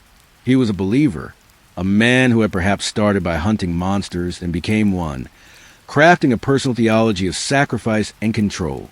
And he hadn't acted alone. Terry Gable had been his partner. Lila Gable knew. And the third man, Hayes' mind reeled. The original investigation had focused on outcasts, on the easy target. It had never occurred to them to look at the men in uniform, the men handing out flyers at the search headquarters, the men who had the ultimate alibi, being part of the solution. He took photos with a disposable camera, his hands shaking. He needed to go to the state police, to the FBI. This was beyond the West Memphis PD. As he turned to leave, his foot kicked something under the table. A modern, sleek smartphone. Braxton must have dropped it. It was locked, but the notification on the lock screen made Hayes' blood freeze. It was a text message preview from a contact named T. "He's digging. The retired detective. Saw him near your house. Do we proceed with the offering?" The offering. Hayes was no longer an investigator. He was a target. The rain had become a torrent, turning the streets of West Memphis into shallow rivers. Hayes drove not to a police station, but to the only place he felt he could think. The old incident room, now a storage closet, at the disused precinct building. He had a key from his old life. Inside, under the glow of a single bare bulb, he laid out his evidence. The notebook, his photos of the shrine, the smartphone. He tried to access it, but it was biometric. He needed Braxton's finger or face. The door clicked open behind him. Hayes spun. His old service revolver, which he hadn't carried in years but had retrieved from his lake house, heavy in his jacket pocket. John Boomer Braxton stood in the doorway, not in a uniform, but in a long, dark raincoat. He wasn't smiling. He looked tired, solemn, like a pastor about to deliver difficult news. In his hand was not a weapon, but a small, leather-bound Bible. "I wonder when you come back, Ray," Braxton said, his voice a soft, gravelly rumble. "The shepherd always returns to the fold where the lamb was lost." "Stay right there, Boomer," Hayes said, his voice steadier than he felt. He didn't draw the gun. "Not yet." "Or what? You'll shoot me? With what evidence?" A crazy notebook anyone could have written?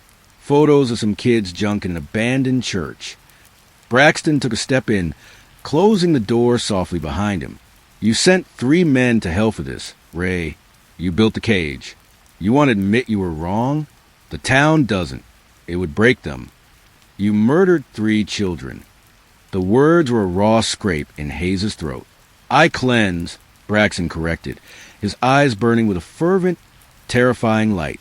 The city was sick. The rot was in the youth, in the music, in the rebellion. It was a spiritual cancer.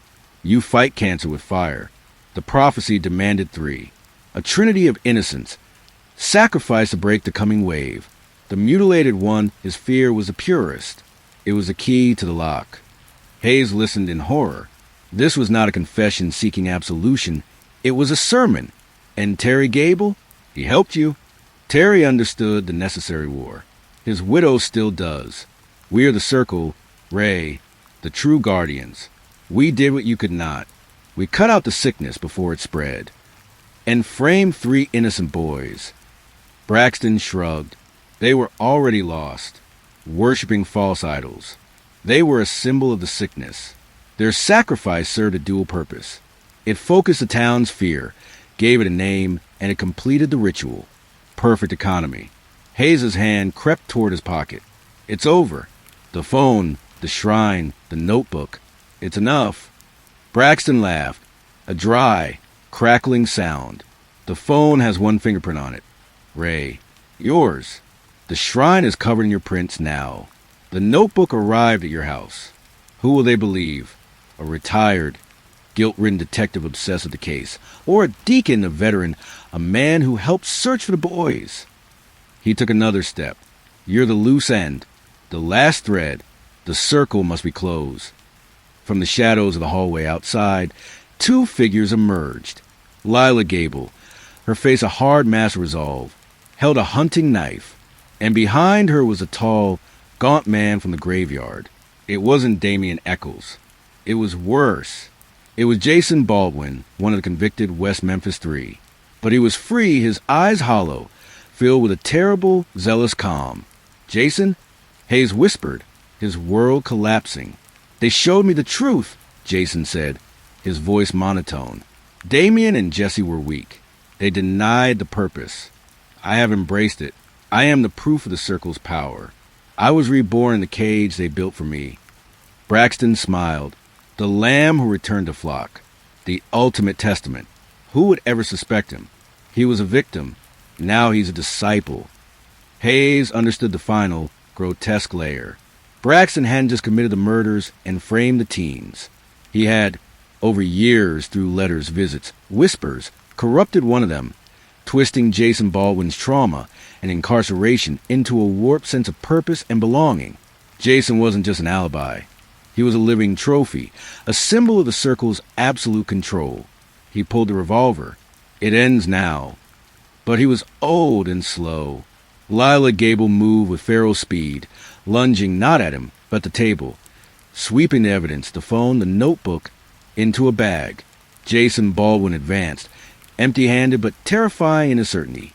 Braxton opened his Bible, and I saw an angel coming down out of heaven, having the key to the abyss. We have the key, Ray. We always have. Hayes fired. The sound was catastrophic. In the small room, the bullet tore into Braxton's shoulder, spinning him around. He cried out, not in pain, but in rage. The Bible falling to the floor. Lila screamed. Jason froze, the programming conflicting with sudden, violent reality. Hayes didn't fire again. He ran. He burst past Jason, down the dark hall, out into the blinding, sheeting rain. He heard Braxton's roar behind him. The Circle is eternal. He fled into the storm, the evidence gone, his truth now a weapon in the hands of the killers. He had a bullet in a man, no proof, and a story no one would believe. The town's darkest secret wasn't a murder, it was a covenant, and he was the only one outside of it, a man screaming into a hurricane. He drove, aimless, the gun on the seat beside him. He couldn't go to the police. Braxton would have a story, a crazed, retired detective, haunted by the past, attacking a pillar of community. Jason Baldwin's involvement would be invisible, or worse, he'd be a pawn in Hayes' delusion. The Circle was protected by the very narrative of the crime they had created 20 years before. Hours later, soaked and shivering, he pulled over on a deserted road overlooking the swollen Mississippi. The rain had softened to a drizzle. The world was quiet, complicit. He had failed the boys. He had failed the convicted. He had served the darkness by trying to bury it. In his pocket, he found one thing they had missed, the faded Polaroid from a notebook. The man in the auxiliary uniform by the creek. The 3 bicycles. He held it up in the dim light from his dashboard. He had been so focused on the figure, he'd missed a detail in the background in the trees behind the man. A second, blurrier figure, mostly obscured, holding something long and thin, not a rifle, a walking stick, or a ceremonial staff. The circle wasn't 3. It was larger. It had always been larger. Braxton, the Gables, Jason. Who else? A judge? A cop? A reporter? The sickness wasn't in the fringe. It was in the heartwood. The town secret wasn't a single act of evil, but an ongoing infection, a belief system that had sacrificed 3 boys and 3 more lives of prison, all to feed its own twisted sense of purity. He would send the Polaroid to the documentary makers, to the out-of-state reporters, to anyone who might look without the town's blindness. It was a slim thread, but it was all he had. As the first hint of dawn bleached the eastern sky gray, Ray Hayes sat in his car, the weight of his complicity and his failure of physical agony. He had helped build the cage. He had seen only what he was supposed to see. Justice was not just blind. It had been willingly led astray. The rain stopped. The world held its breath. And a single unanswerable question hung in the damp, cold air, a question that would haunt him and perhaps the town forever. But in the quiet that followed the storm, how many others in West Memphis had heard the circle's call and